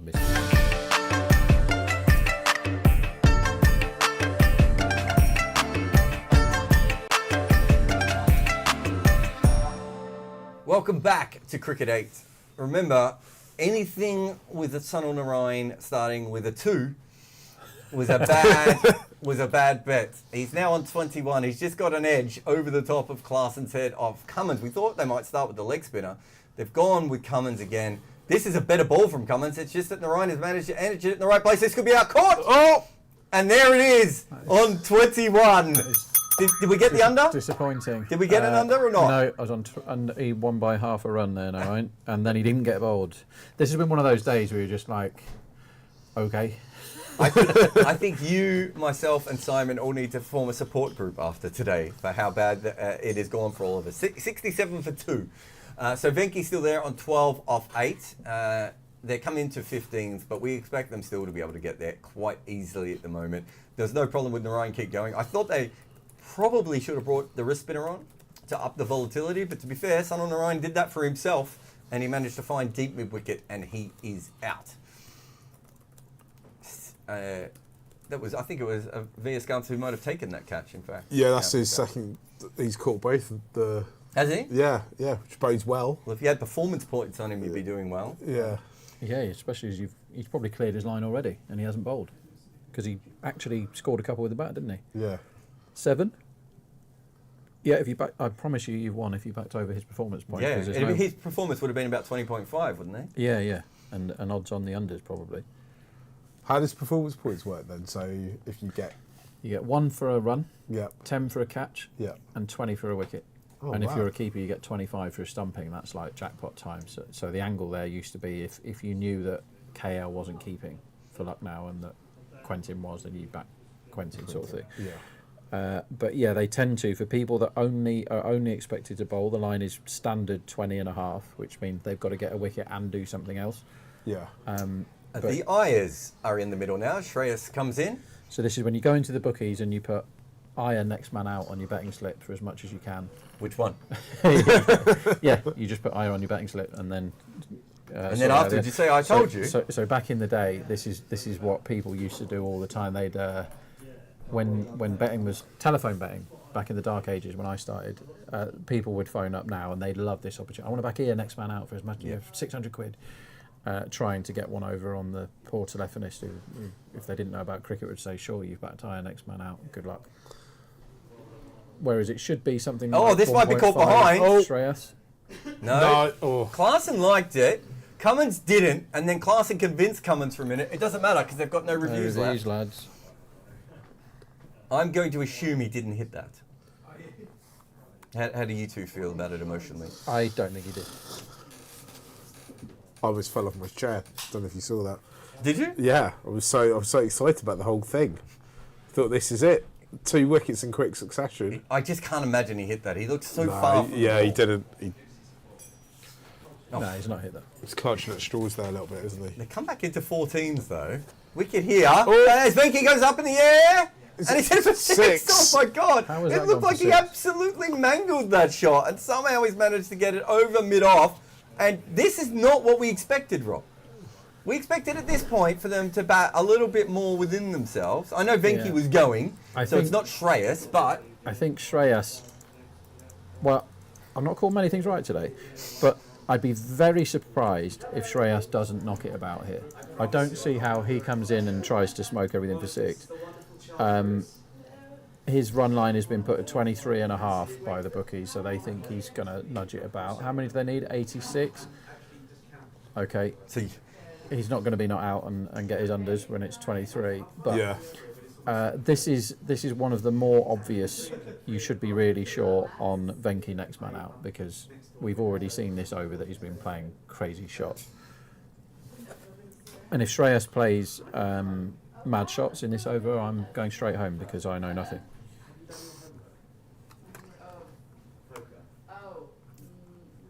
Jarrod, you've gone quiet. I was just thinking that the one thing I haven't bet on today is Kolkata, and I was pretty sure they were going to win this game. And if I just put one bet on them at the start, I was just contemplating that sometimes you overcomplicate what you're doing. Yeah. But anyway, they were evens early on, so I was probably, You're kind of a rookie at gambling. Yes. Right, but Rob is, he's been doing it for very old. For many lifetimes. Yeah, this is true. Do you always have kind of insurance bets in? No. Is that... No, it's not a thing. That's not a thing. The only time I would ever bet against a position is the one a year time where you might win an absolute load because you've got an accumulator running on something. Or you've done, like I used to do top bat multis a lot. So who's going to score the most runs in across multiple games? And if ever I'd got to the stage where if the last one wins, I win the fortune, then I might back when it's down to like they can win or somebody else can win, I might have a load of money on the other guy kind of thing. But if you did that every day, that's really bad practice. It's if you get the one situation, like who can argue with somebody that says, I've got 2 envelopes here, one of them's got 100 grand in and one of them's got nothing, or do you want to take £10,000 now? Venki is facing Viaskanth, and he has a big slog sweep at this, and that is a massive 6. And probably for the first time, definitely for the first time in this game, Sunrisers go out to 34s, so over 30s. Yeah, who can argue with somebody that says, I'd rather, or you can take that envelope there, so I can give you the choices, 0 or £100,000 from these 2 envelopes, or you can take a guaranteed 10 there. Lots of people take the 10, right? You can't argue with those people because the 10, we're all, it's like betting. Like you can't argue with someone that bets in much smaller or much higher stakes than you. It's all relative to, for some people. I mean, this next man out should be about 1.4, Venki. That's definitely a bet. He is absolutely swinging. If you get the once every now and again things that you can lock in a few quid, I can't argue with people that do that. But if you did that every day, where you're like, I've had a shocker today, that's fine because the IPL is 70-something games long, and as anybody following us on this knows that we've had lots of belting days. But if you get carried away on your bad days and go, well, I need to turn today into a winning day, that's when you can blow your whole stack. You just go, right, I had 9 bets today, 9 lost. It's fair. I've had a day in a tournament earlier on where I had 9 bets and 9 bets all won. A wonderful day. Neither of those things happen. Like hardly ever do they happen that you win them all or lose them all. Which if you're having pre-bets, I would expect to make about 10% off the bookies. I would say I put 14 bets on today. Yeah. And I think I've got 12 of them wrong. Yeah, it can happen. And I don't think I've had that over 3 or 4 games before. Yeah. Right. So I've got to accept that I've got that wrong. But that when I see something happening in front of me, so that LBW from Booby Kumar before, I was pretty sure that pitched in line. Yeah. And I put a lot of money on it. If I was right, I would have made quite a lot of money. In the end, I didn't lose much because the market wasn't really sure either way. Sorry, there's a really, really bad price out there now. Venki, next man out. What did I just say it should be? It should be 155. 1.8 available. Oof. Where's that? That is your best friend's Betfred, Jarrod. Betfred, thank you. Just pick up my phone, Mark. Yeah. You can I'll just talk to the audience. So last time I was here, both Rob and Jarrod won loads of money, and we? immediately afterwards, we went to some of the finest restaurants in London. I said finest restaurants because it wasn't enough to go to just one Michelin-starred restaurant, so we had to go to about 3 or 4. And so I assumed that all that money that was won was instantly not lost, but spent. But I had a great time. Thanks, lads. It was great. I think I've just had another unsuccessful over for the Sunrisers, where they have conceded 11 runs. The equation's quite simple now. KKR needs 75 runs of 72 balls. I think that's just decreased 74 runs of 71 balls. So we're in kind of procession territory now, aren't we? Where it's just I think Venki is trying to get to the lab or wherever he normally is during the day, and Shreyas is trying to get a not out. What happens at the lab? Basically it. Well, he's some sort of really clever man, so I assume he's a scientist and engineer, wasn't he? Engineer. I mean, I know that is a scientist. I think he's lots of things. I think he's just like super duper clever. But 1.8 next man out. That is the best next man out I've seen for 3 matches. I think. Ring a bell or press a button or something, Jarrod. Yeah. Like that is a top draw bet. That 1.8 next out. And I can see Decimal are onto it because they're 1.4, which is what I said.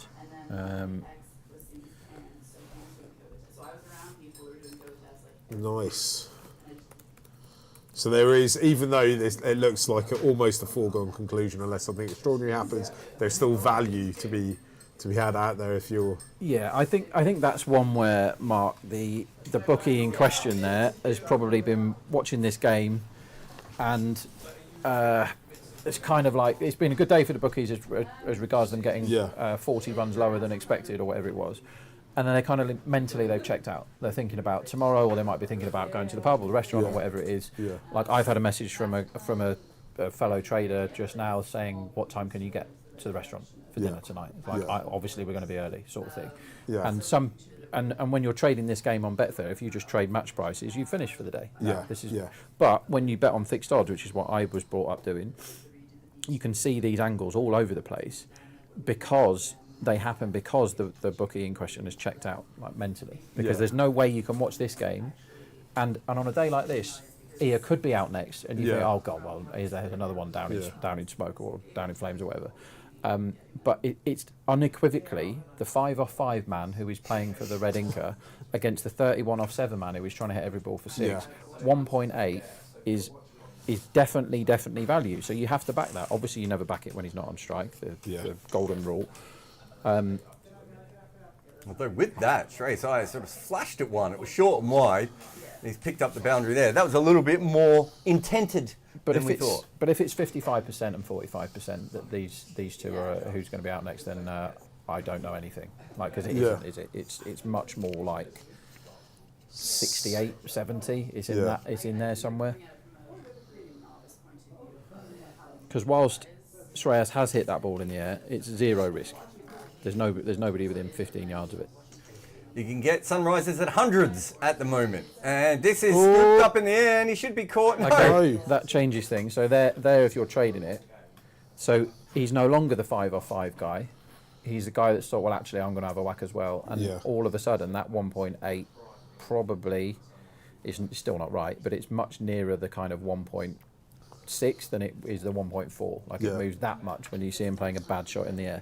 And one of two things happens to Shreyas now after he's missed time one and should have got out. He either goes right back into his shell and says, I need to get some form back here, or he doubles down and tries to smoke. So that's the game within the game. And it is easy when you've had a bad day and you're like, I want to turn everything off and go and, play with the dog or whatever. And it's a very good thing to do if you're feeling like you're wound up or on tilt, or that's the worst thing you can be on as a gambler is on tilt, is you just turn everything off and go do something else. But when you've done it as long as I have, and you're just like, well, there's probably still going to be angles out there, and it's never about trying to win back anything. It's just trying to have consistent good bets, and don't lose your head, and staking is a really important thing. When you say they're done for the day, oh my god! Oh! It should be out here. He's dropped. No! I think Clarkson has dropped that twice. Did he hit that? Well, if he didn't, they were really excited about a leg by. You must stop letting this man particularly, but lots of men that can't wicket keep wicket. It's such a bad plan to make him keep wicket. I want to see this again. I think there was an edge onto Clarkson that went up in the air. To be fair, in this case, this wasn't really a wicket-keeping error because his error was probably out in the field. Let's have a look. That's onto Clarkson. It went up in the air off Clarkson, and he should have caught that. He really, really That's should have terrible. caught that. So Clarkson is what, minus 15 with his wicket keeping in this game? Teams have got to stop doing this. We were discussing this on a podcast earlier, Jarrod, about what is underrated and overrated. And making good batsmen spend 20 overs doing something they're rubbish at is such a bad idea, because he's risking injury. Because look how bad his arms and legs... He's actually... Do you know what? His body position is so bad. He dropped that because... I don't know who it was at short mid-wicket, but it was short mid-wicket crashing into him is why he's dropped it. Who was it? Tripathi, wasn't it? It is Tripathi, yeah. It's terrible wicket keeping. So the next one out there is no longer as good as it was, anywhere near as good as it was. Sorry, Mark. And this one is just knocked up too long off. Yeah, the next man out now suddenly looks a lot dodgier, doesn't it?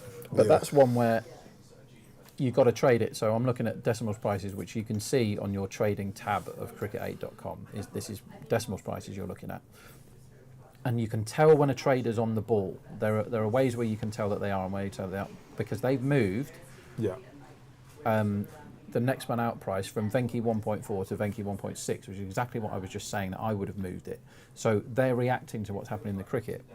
And a lot of the other firms will have just gone, right, I mean, I would imagine the firm that were daft enough to put the 1.8 up at the time are just still there because they've, like I say, they're mentally checked out. But it's actually, that's worked in their favour. Let me tell you a story, my favourite trading story ever, Jarrod, which I may have told you before. There was a company I used to work for that no longer exists, called Stan James, RIP Stan James. Great betting company. It's the first one to do in-play betting ever. When I started, they didn't have a website. That's how old I am. The internet wasn't really a thing.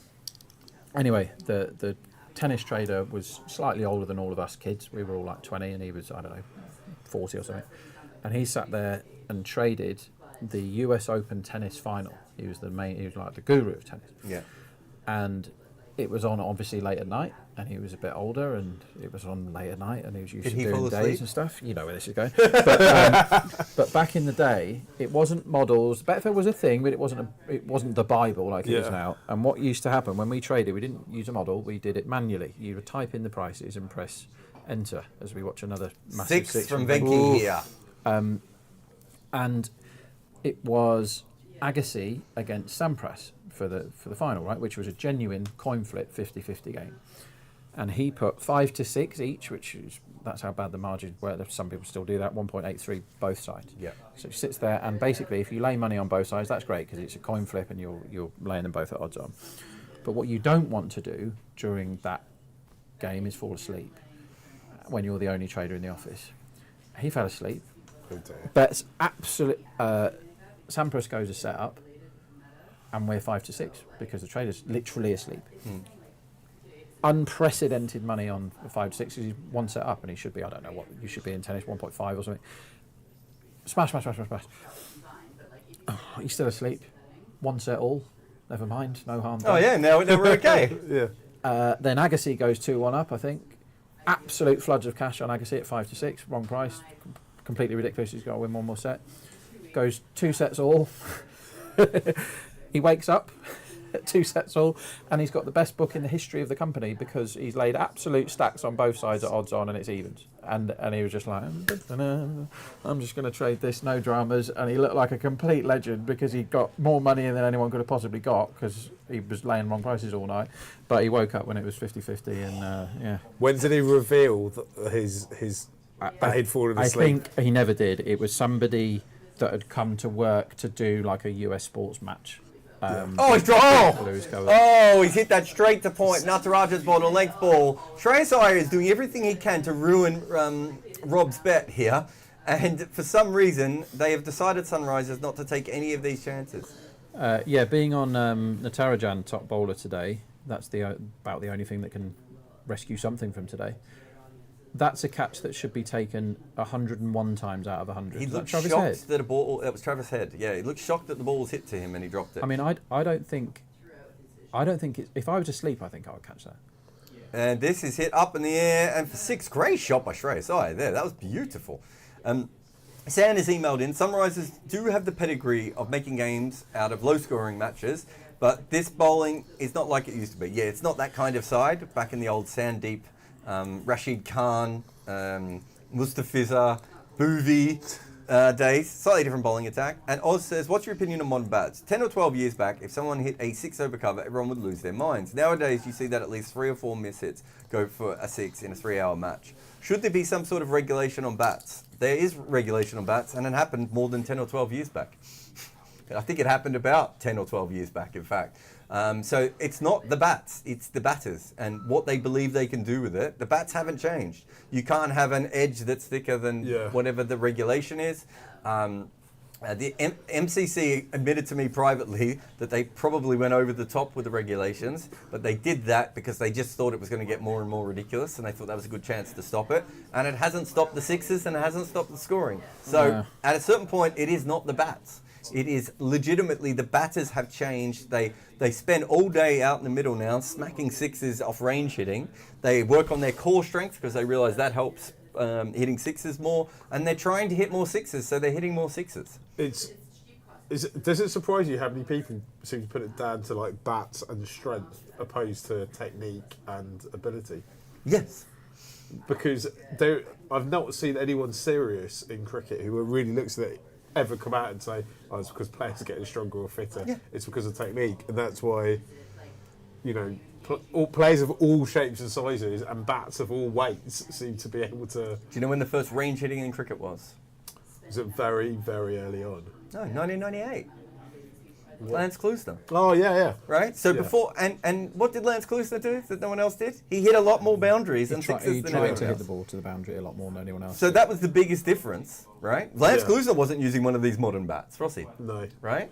But imagine how many boundaries he would have got if he was. So the big difference is the actual middle of the bats isn't all that different. It's another drop and a potential run out. Is that a run out? It's another drop off Natarajan's bowling. This is just one of those days where you think the universe might be conspiring to make sure all of your bets lose. Yeah. Two easy drops off Natarajan that over. And potential run out at the other end as we have a slight delay. So many things have changed, right? So for instance, just recently the ball was harder. Right? So Kookaburra reinforced the ball to make it harder. And that's not a run out. So that's changed. The bats, the middle of the bats isn't any better than it ever used to be. The difference is now that they are that you have the ability to pack them with short and lift it over short third for four. Good batting by Shreyas Iyer. Again, he's looking in good touch now after struggling earlier, although he has been dropped about 5 times. No, Venki was dropped once. No, he's been dropped twice. Shreyas. Yeah, only twice. Yeah. Okay. So they pack the bats differently than they used to, which means that you can get more wood into a bat at a lower weight, which means you can swing it further. but the actual middles haven't changed because that's how physics work. Yeah. The outside part, the middle is bigger than it's ever been before. And also we know a lot more about bats and the correct bats for hitting, right? So those things have changed. But the ball is harder, which means you can hit it further. The batters are bigger. Corey Anderson, not a normal, you know, you can go back and look at some of the big guys in the old days. He doesn't look anything like him. Yeah. We are getting more boundaries and more runs being hit right across all cricket because players are trying to do that more. Yeah. Yes, of course you're going to get more of these sorts of things. It's like we get more home runs in baseball. Yeah. We get more 3-pointers in basketball. Yeah. People are upping their volatility to be able to do this right across all sports, right? This isn't just a bigger bats thing, and they put the regulation on the bats ages ago. How's it impacting kids, right? Because when I was a kid, like being taught how to play cricket, obviously it didn't work, or I didn't learn anything. But the whole thing was keep your head straight and never ever ever hit across the line. And if you do, you're basically going to hell. Where now every kid wants to only ever hit across the line, and it's kind of encouraged, right? If you want anecdotal evidence, I saw my son's cricket match recently where 8 of their players were bowled. Legends. And my son, the coach went up to him and said, "Well done for blocking out," because he was one of the few he was the only one that wasn't out. And my son was like, "No, I was trying to hit it, I just couldn't get him." It might have looked like I was blocking, but I was trying to hit boundaries. So no, I played club cricket almost a decade ago, and I already noticed the difference. People are taking chances that they never would before. I remember when I first played a reverse sweep in England, you could hear women faint around the ground, and now it's just a normal shot, right? Like it's so much more normal than it ever has been before. Venki trying to give you your wicket there. Do you Is Travis Head bowling in front of me? Is that Yeah, one? he is. Oh my God, I hadn't even noticed that. This is nonsense. We've actually got to full nonsense now in this game, so they're kind of given up. How You say that, or he's about to take 6 wickets. This is the. It's 1,000 to 1. I think you're allowed to. Yeah, I think if ever you're going to do it, you do it when you're 1,000 to 1 in a game that you don't absolutely need to win. This is Michael Clarke last over of the day stuff, isn't it? He's not a bad bowler either, to be fair. As I say that, he's bowled a half volley down leg side and has been struck for 4. Yeah, I think it's fair Now, to say next man out. If no one goes out, do we get that money back? Yeah, I'd be tempted to close it off the next man out and back the other side and just lock in flat. Do you know what I mean? Because I think it's now not a million miles away from 50-50. I think it's still Venki's But what I'm favourite. saying is, if they're both not out, Void. Money back. you get it back. Yeah. But I think if you're on Venki at 1.8 with him on strike now, I think fair enough. I'm just looking around to see if anybody's still got player runs open, because they shouldn't now have player runs open, because with 31 required, Venki could smash 25 of them himself here as he dots up to Travis Head. He defends Travis Head into the covers. The least possible game to predict this is. How do you think that the Travis Head overcame to be? Do you think him and Pat come into the deal, like, if we ever get into an unwinnable position and I need a wicket, then I get, then you've got to give me an over? I think there's a certain element at this stage in the game where you might be saying we don't want one of our fast bowlers to come in and get injured. Yeah. And also, again, their best chance of winning is upping the volatility here. Yeah. Right? Yeah. And Travis Head, Venki almost went out LBW to him in at the start of that over because he was playing a shot that he wouldn't play to a proper bowler, but he was like, well, I've got to get a cheap 4 here. And it almost went against him. So I've got no issue with them doing that because you're not getting your players injured. You're giving yourself a chance of get something silly happening. And they're 1,000 to 1. Yeah. You might as well just give it a go, right? Rob always says that they need to get batting people. If I was, if you were there helping them at the moment, you'd just be like, bowl everyone, take the pads off Klaassen. Well, he doesn't wear pads, does he? Take the gloves off Klaassen. He's a better bowler than he is a wicketkeeper. Does he not wear pads under his... He'd have little shin pads. No, little shin pads, which I actually think is a good thing to do if you're a good wicketkeeper, because you then become more mobile. But if you're a rubbish wicketkeeper, he might as well play with like a dustbin round his legs. Yeah, or like a something, full because- hockey goalkeeper. Ice hockey goalkeeper, yeah. Is this Nitesh coming here's, on? here's one for you. There is no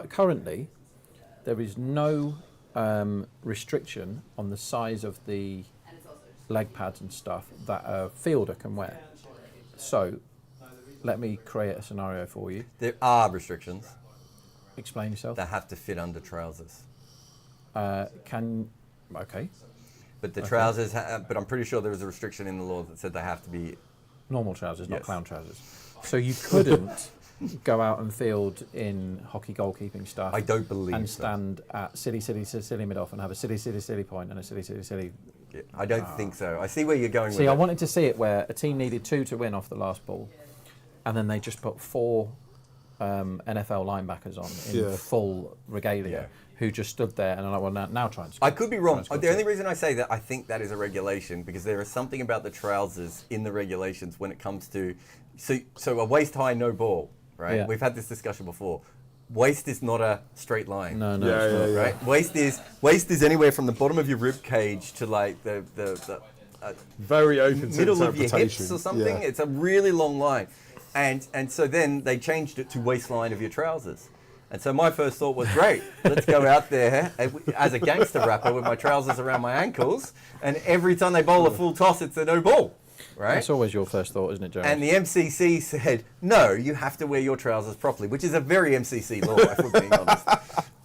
So yeah, unfortunately, it's not quite the case there. Another 4 for Shreyas Iyer. They need 29 to 46. Have you got any bets for tomorrow's game? I'm just having a look now. So a lot of the firms weren't up when I did my work. So they hadn't released prices when I did all my work for the game. So I haven't looked yet to tell you the Do you want truth. me and Mark to talk amongst ourselves? Yeah, I can dig a couple of bets up under pressure, I'm sure. Mark, what is your what's your view on tomorrow's game? It kind of feels like a lot more of an exciting game, doesn't it? Because it's like the form side versus the kind Unformed of side. Yeah, the kind of electric, like the side that needs some electrification. I don't know. These are the 2 teams that I probably have the least affinity for in the tournament. I'm not entirely sure why as well. I think You said you liked pink. yeah, I know, right? So everything about Rajasthan Royals should, in theory, make me like them, but for whatever reason, I just kind of, as a group, I don't really feel them. Don't really get the vibes. There's something that feels quite factory-like about them, quite machine-like about them. RCB, obviously, there's a billion people in India who want to see Virat win this whole thing, and are totally behind them. I mean, there's a scenario, the ideal scenario for a lot of people in cricket would be RCB win this thing, and then Virat goes to the Caribbean and wins a World Cup. A few weeks later.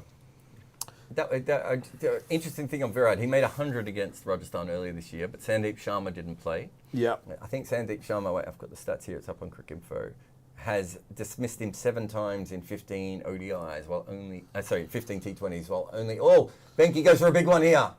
Big 6. Only going for 87 runs. So he has a very, very good record, specifically against Virat Kohli. So that will be one that is worth looking at tomorrow. Hopefully we'll remember that when he's bowling to him. Yashtar has taken 8 wickets in their 6 successive wins with an economy rate of 7.78. And he's also done very, very well against Jaiswal at times. So we might see him bowling early on to Jaiswal, and we'll see Sandeep bowling early on to Virat as well. And that is a game that's here as well. Are we expecting that to be on the same wicket? No, it's definitely not going to be on the same wicket. I've read You've up on checked that. that? Yeah, it's definitely not going to be on the same wicket. So the things that normally jump out when Rajasthan are playing is you want to get firmly with Trent Bolt for that first over. We've had loads of bets to do with that this season. However, Jaiswal hasn't been Jaiswal this afternoon. Shreyas Iyer with a 6 now. This is going to be over in 2 balls. Yeah, by the end of this over probably. Both teams have had enough of this match by the looks of it. But Rajasthan are hugely on the downslope with all metrics, everything. Their run rate particularly has dropped from absolutely gunning it at the start to poodling about now. Kola Cadmore is not a replacement for Josh Buttler in the true sense of the word. He's playing instead of him, but he's not anything like the same sort of cricketer.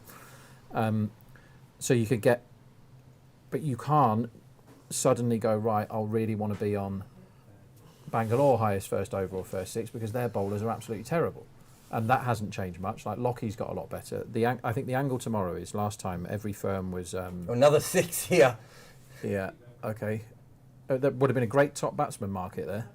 Yeah. Venki was miles ahead and Shreyas had just caught him up. So this has gone pretty much perfectly, this chase, because they've got both of these back into form, these two ears. And they're off to the final. You two guys, who do you reckon they'll be playing in the final? Just a ding on our Venki overs, by the way, that we gave you before. Who will they be playing in the final? I don't know. Oh, is this a wicket? Is Shreyas Iyer? No, he's hit it for 6. That's the end of that game. Well, that is it. And that is it for us from Cricket 8 today. We'll have some podcasts coming up shortly, but we'll have a quick break before we come back with those. But this was about as one-sided a game as possible. We gave you a couple of winners, but to be honest, we haven't had many winners today, so we haven't had much to give. 164 for 2 in the 13.4 over to win this easily. The two Ayers have both ended up with 50s, but to be honest, the damage was done with the ball for Kolkata and with run-outs as well, if we're being honest. But Mitchell Starc taking early wickets, and they never, ever recovered the Sunrisers. They had a brief moment with Heinrich Klaassen when we thought something was going to happen, and that was it. And it got worse, and it got worse, and it got worse, and it got worse. And so that means that Kolkata is going to be in the final, and the Sunrisers are going to have to play the winner of Rajasthan versus RCB. Big goodbye from Rob Barron. Big goodbye from Mark Machado. Big goodbye from Jarrod Kimber. And we will see you very soon for a live podcast and for more content here on the home of cricket intelligence, Cricket 8.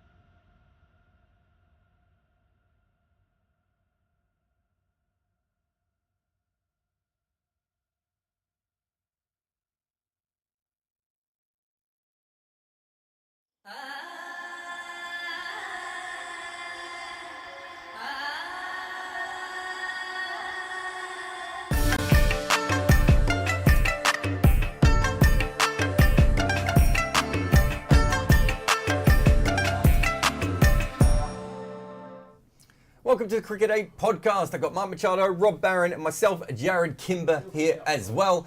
And we're going to be going through that enthralling first final of the IPL between, let me just check, because I've already forgotten the game because of how much it was not a contest. Let's start with this, Rob. I'm not sure if this is right or not, but I believe that $12.3 trillion was spent on Mitchell Starc. And you have been slagging him off over and over and over again, and he's just won a playoff for the IPL. So just complete eggs on your face.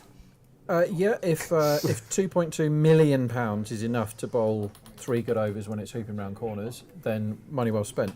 He was very good at the start of this game. They missed an LBW, didn't they? That they forgot to review. That's true. He cleaned up Travis Head straight away, and that's a very good thing to do. He was backed up at the other end by Aurora, who cleaned up Abhishek straight away. And for the first time this season, they'd lost both of those guys. And we were like, well, how do they come back from this? And they weren't quite sure what to do. Tripathi played really well for his 50-odd. Before he was run out. Before he was run out in absolutely comedy fashion. Reddy didn't know what to do. Shabazz got done by a good ball, first ball from Starc, just clean bowled again. That's what the old Starc used to do. He was lethal if you were cold. And he was on. And he was on to cold bats today, and he cleaned them up. Great. Klassen, that game was lost in one moment, despite all what I've just said, and it was when Klassen got really set. He and Tripathi were batting really well together, and they were like, "We're back in this game now. We can both go." And Klassen was 30 off 20, and he mistimed the last ball of Chakravarti's first over and got caught on the rope.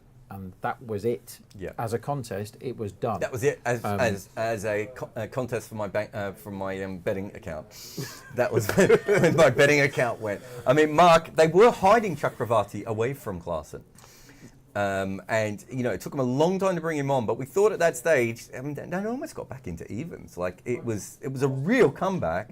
And then from that wicket onwards, they had the run out where Gabaz almost made a mistake. They brought the impact sub on who went out first ball. Every single decision they made up until Pat Cummins and Veerskant at the end didn't work. Yeah, it kind of felt like the gods were not looking favourably on the Sunrisers today. I suppose some days when you're a professional sports team, you just have days like this where they've performed reasonably well. They've been very consistent through the tournament. And they come in and they've had this is the kind of the big one. Effectively, it's a semi-final, even though there is the insurance game, and they will have another shot at it late in a couple of days' time.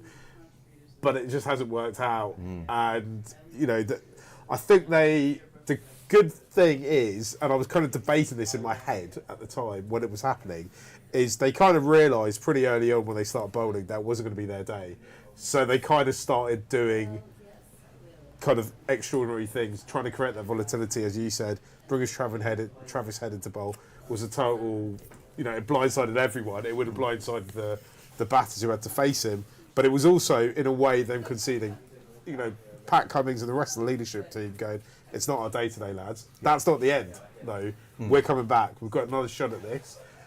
Just ride it off, go home, have a few hours reflecting on it, have a bath, whatever you need to do, and then regroup and get back together. Have a bath. Have a bath is great advice. Just the amount of times. I always get into the hot water whenever.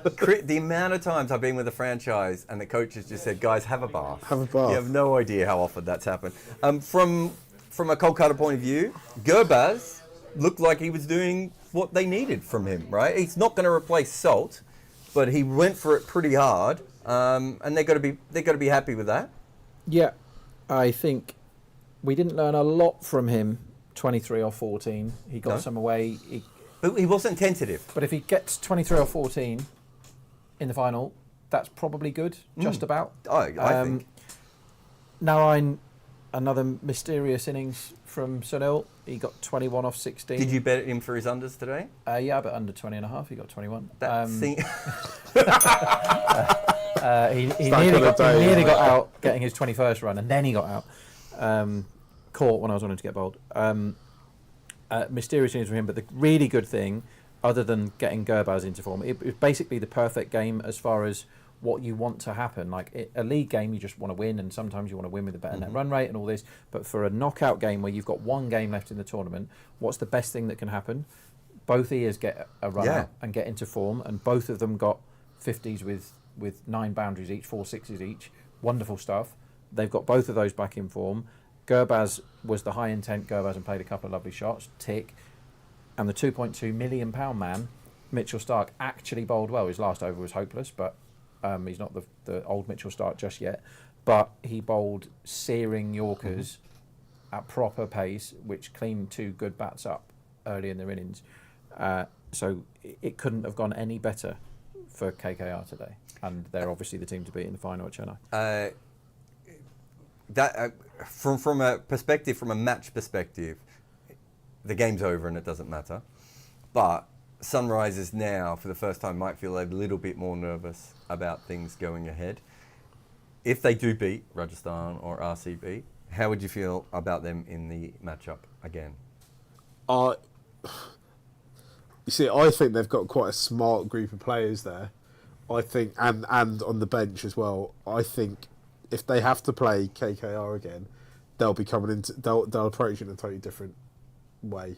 They would have learned. They'd have got the data that they needed from this game and gone, right, what went wrong, what went right for us. How do we? It won't be a long conversation. It won't be a long, right? Not much. We turned up to the game. Yeah. We didn't go to the wrong ground. It would have been better if they did miss the bus today. But I think they, you know, they'll take a lot from it, and they'll be looking forward to playing them again. I think that's the mindset that they've got to have. They can't come into it thinking, even if we get to the final, we're going to lose. Like, there's no chance they can do that. Whereas Kolkata, Rob, can spend a whole week of doing simulated match practice for Rinku Singh to be out in the middle and pretend he's in a match situation so he can remember what it's like to actually bat.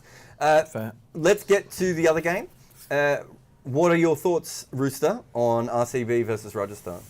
Well, so here's a test of all the people that do and don't believe in momentum, because halfway through this season, Rajasthan were top by miles, no question that they're finishing in the top 2. It wasn't considered that they could finish outside the top 2, and we'd all written Bangalore off, and they were 800 to 1 to win this IPL. They are now 5 to 1. Did anyone get on at 800? No one I know. No one I know was that mad. They were probably the real prize about 5,000 to 1 at the time. And since then, since that, I think it was 1 out of 7 RCB had won, and then they won 6 straight.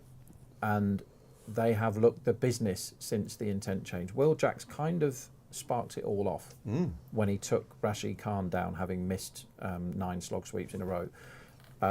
And they were like, actually, maybe intent's a good idea. Let's all try and whack it and see how that goes.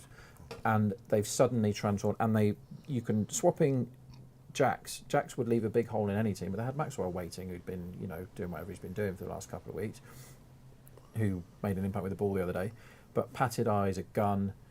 All of their bats are in really good form, and they're getting bits out of the bowlers. They're not going to get much out of the bowlers, but Lockie did a good one. He looks a bit like the old Lockie now, and if they get anything like the old Lockie or the good Lockie back, that's a brilliant overseas bowler to have if he's cranking it up.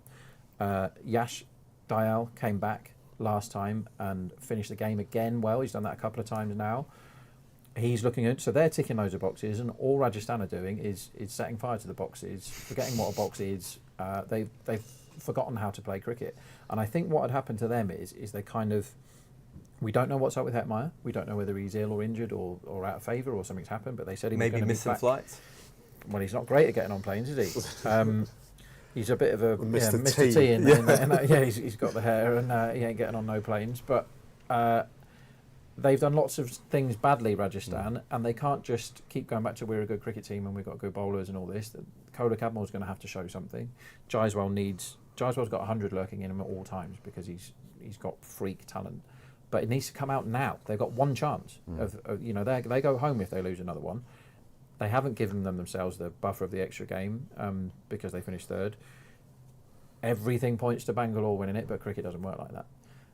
Let's see how it goes, because Bolt's going to bowl the first over, and what if he gets Kohli straight away? Then what happens? Because Kohli's been doing great, and Fafa's looked very volatile, hitting lots of things up in the air early, and Raj, they have got a good bowling attack, but if momentum is a thing, Rajasthan don't have any chance of winning tomorrow's cricket match. Do you believe that momentum's a thing? No, I think Rajasthan can still win easily tomorrow. It's not that momentum's not a thing. What athletes are trying to say when they say that is confidence and how you feel at that stage. But we just watched an NBA series of 7 games where Minnesota won the first 2 games, Denver Nuggets won the next 3 games, and Minnesota won the last 2 games. Where was the momentum there? It just kept swinging wildly. So in any particular game, but that's you can it's a different, totally different sport. Doesn't matter if it's the same sport or not. Momentum either exists or it doesn't, Mark. Yeah. But, you know what I mean? but it's when you say momentum though, because it's about the psychology of it, right? So I think the idea that Rajasthan have gone start the beginning of the season really well, looked like they were kind of nailed on to make the final, and now kind of finish the regular season really struggling, and almost were kind of probably 2 or 3 games away from slipping out of contention anyway, of the whole thing. You kind of think what impacts that had on them psychologically. RCB have had the total opposite. They're coming in on absolute fire. Those players will be waking up thinking we can do anything. How many teams in T20 cricket do you think win 8 games in a row, 7 games in a row, 9 games in a row? Doesn't happen that often, right? So the point is, momentum doesn't exist, because if it did, teams would go on 15 and 20 game running streaks because all that confidence would overflow. It doesn't, because it's really hard to win consistently. Yeah. And so if you want to say that momentum exists, you then have to say, well, okay, wait a minute, the opposite is going to happen here, and they're due a loss. And that's also not true. Right? A team isn't due a loss, and they're not also going to win because they won their last game. What we are saying is that RCB has more confidence than Rajasthan at the moment, but I think if we were to go through person by person of this team, Rajasthan is still a better side than RCB. So you have to weigh all those things up. And the other thing I would say is, let's say we believe it, and Trent Boult takes 2 wickets in his first over. It doesn't mean anything anyway at that point, right? Yeah. It completely changes. So that's why we watch the game, though, right? That's why we love it. Yeah, exactly. It? Yeah. You got any bets for this game, my friend? So I was looking at most 6s, because RCB, this is one where you've got to break the stats down, and you can't just look at the season stats, because this has been a season of 2 halves, as we've just mentioned. And RCB weren't very good at winning the market, who's going to score the most 6s at the start of this tournament, because their bowlers were all bad and they had nowhere to turn for spin, and they just didn't know what they were doing. And so they kept losing that market. But now Kohli is a 6 machine, and he's not, no one thinks he is, but he is in this IPL. He's vastly upped his intent. Patidar is a total monster at hitting 6s in the middle overs, which is a great thing to have. Rajasthan haven't got one of those at the moment because Parag isn't quite there yet. Sanju is not smashing all the 6s. He's played well this IPL, Sanju, but he's done what he normally does and regresses a bit and falls off. So I like that 1.8. I like RCB most 6s. I'm still not totally convinced by the bowling, or not even partially convinced, to tell you the truth, but they've got bits going for them that they didn't have earlier. But they've just got loads of good 6-hitters in 6-hitting form. I'm staying well away from the first over stuff, because you've got the brilliance of Kohli and Faf against the brilliance of Boult, so don't know is my conclusion there. So I'm not getting involved with the highest first 6, because I think as good as RCB are, they should be favourites for that market. With the bat, they're equally bad with the ball, and if Jaiswal gets going, you beat anyway.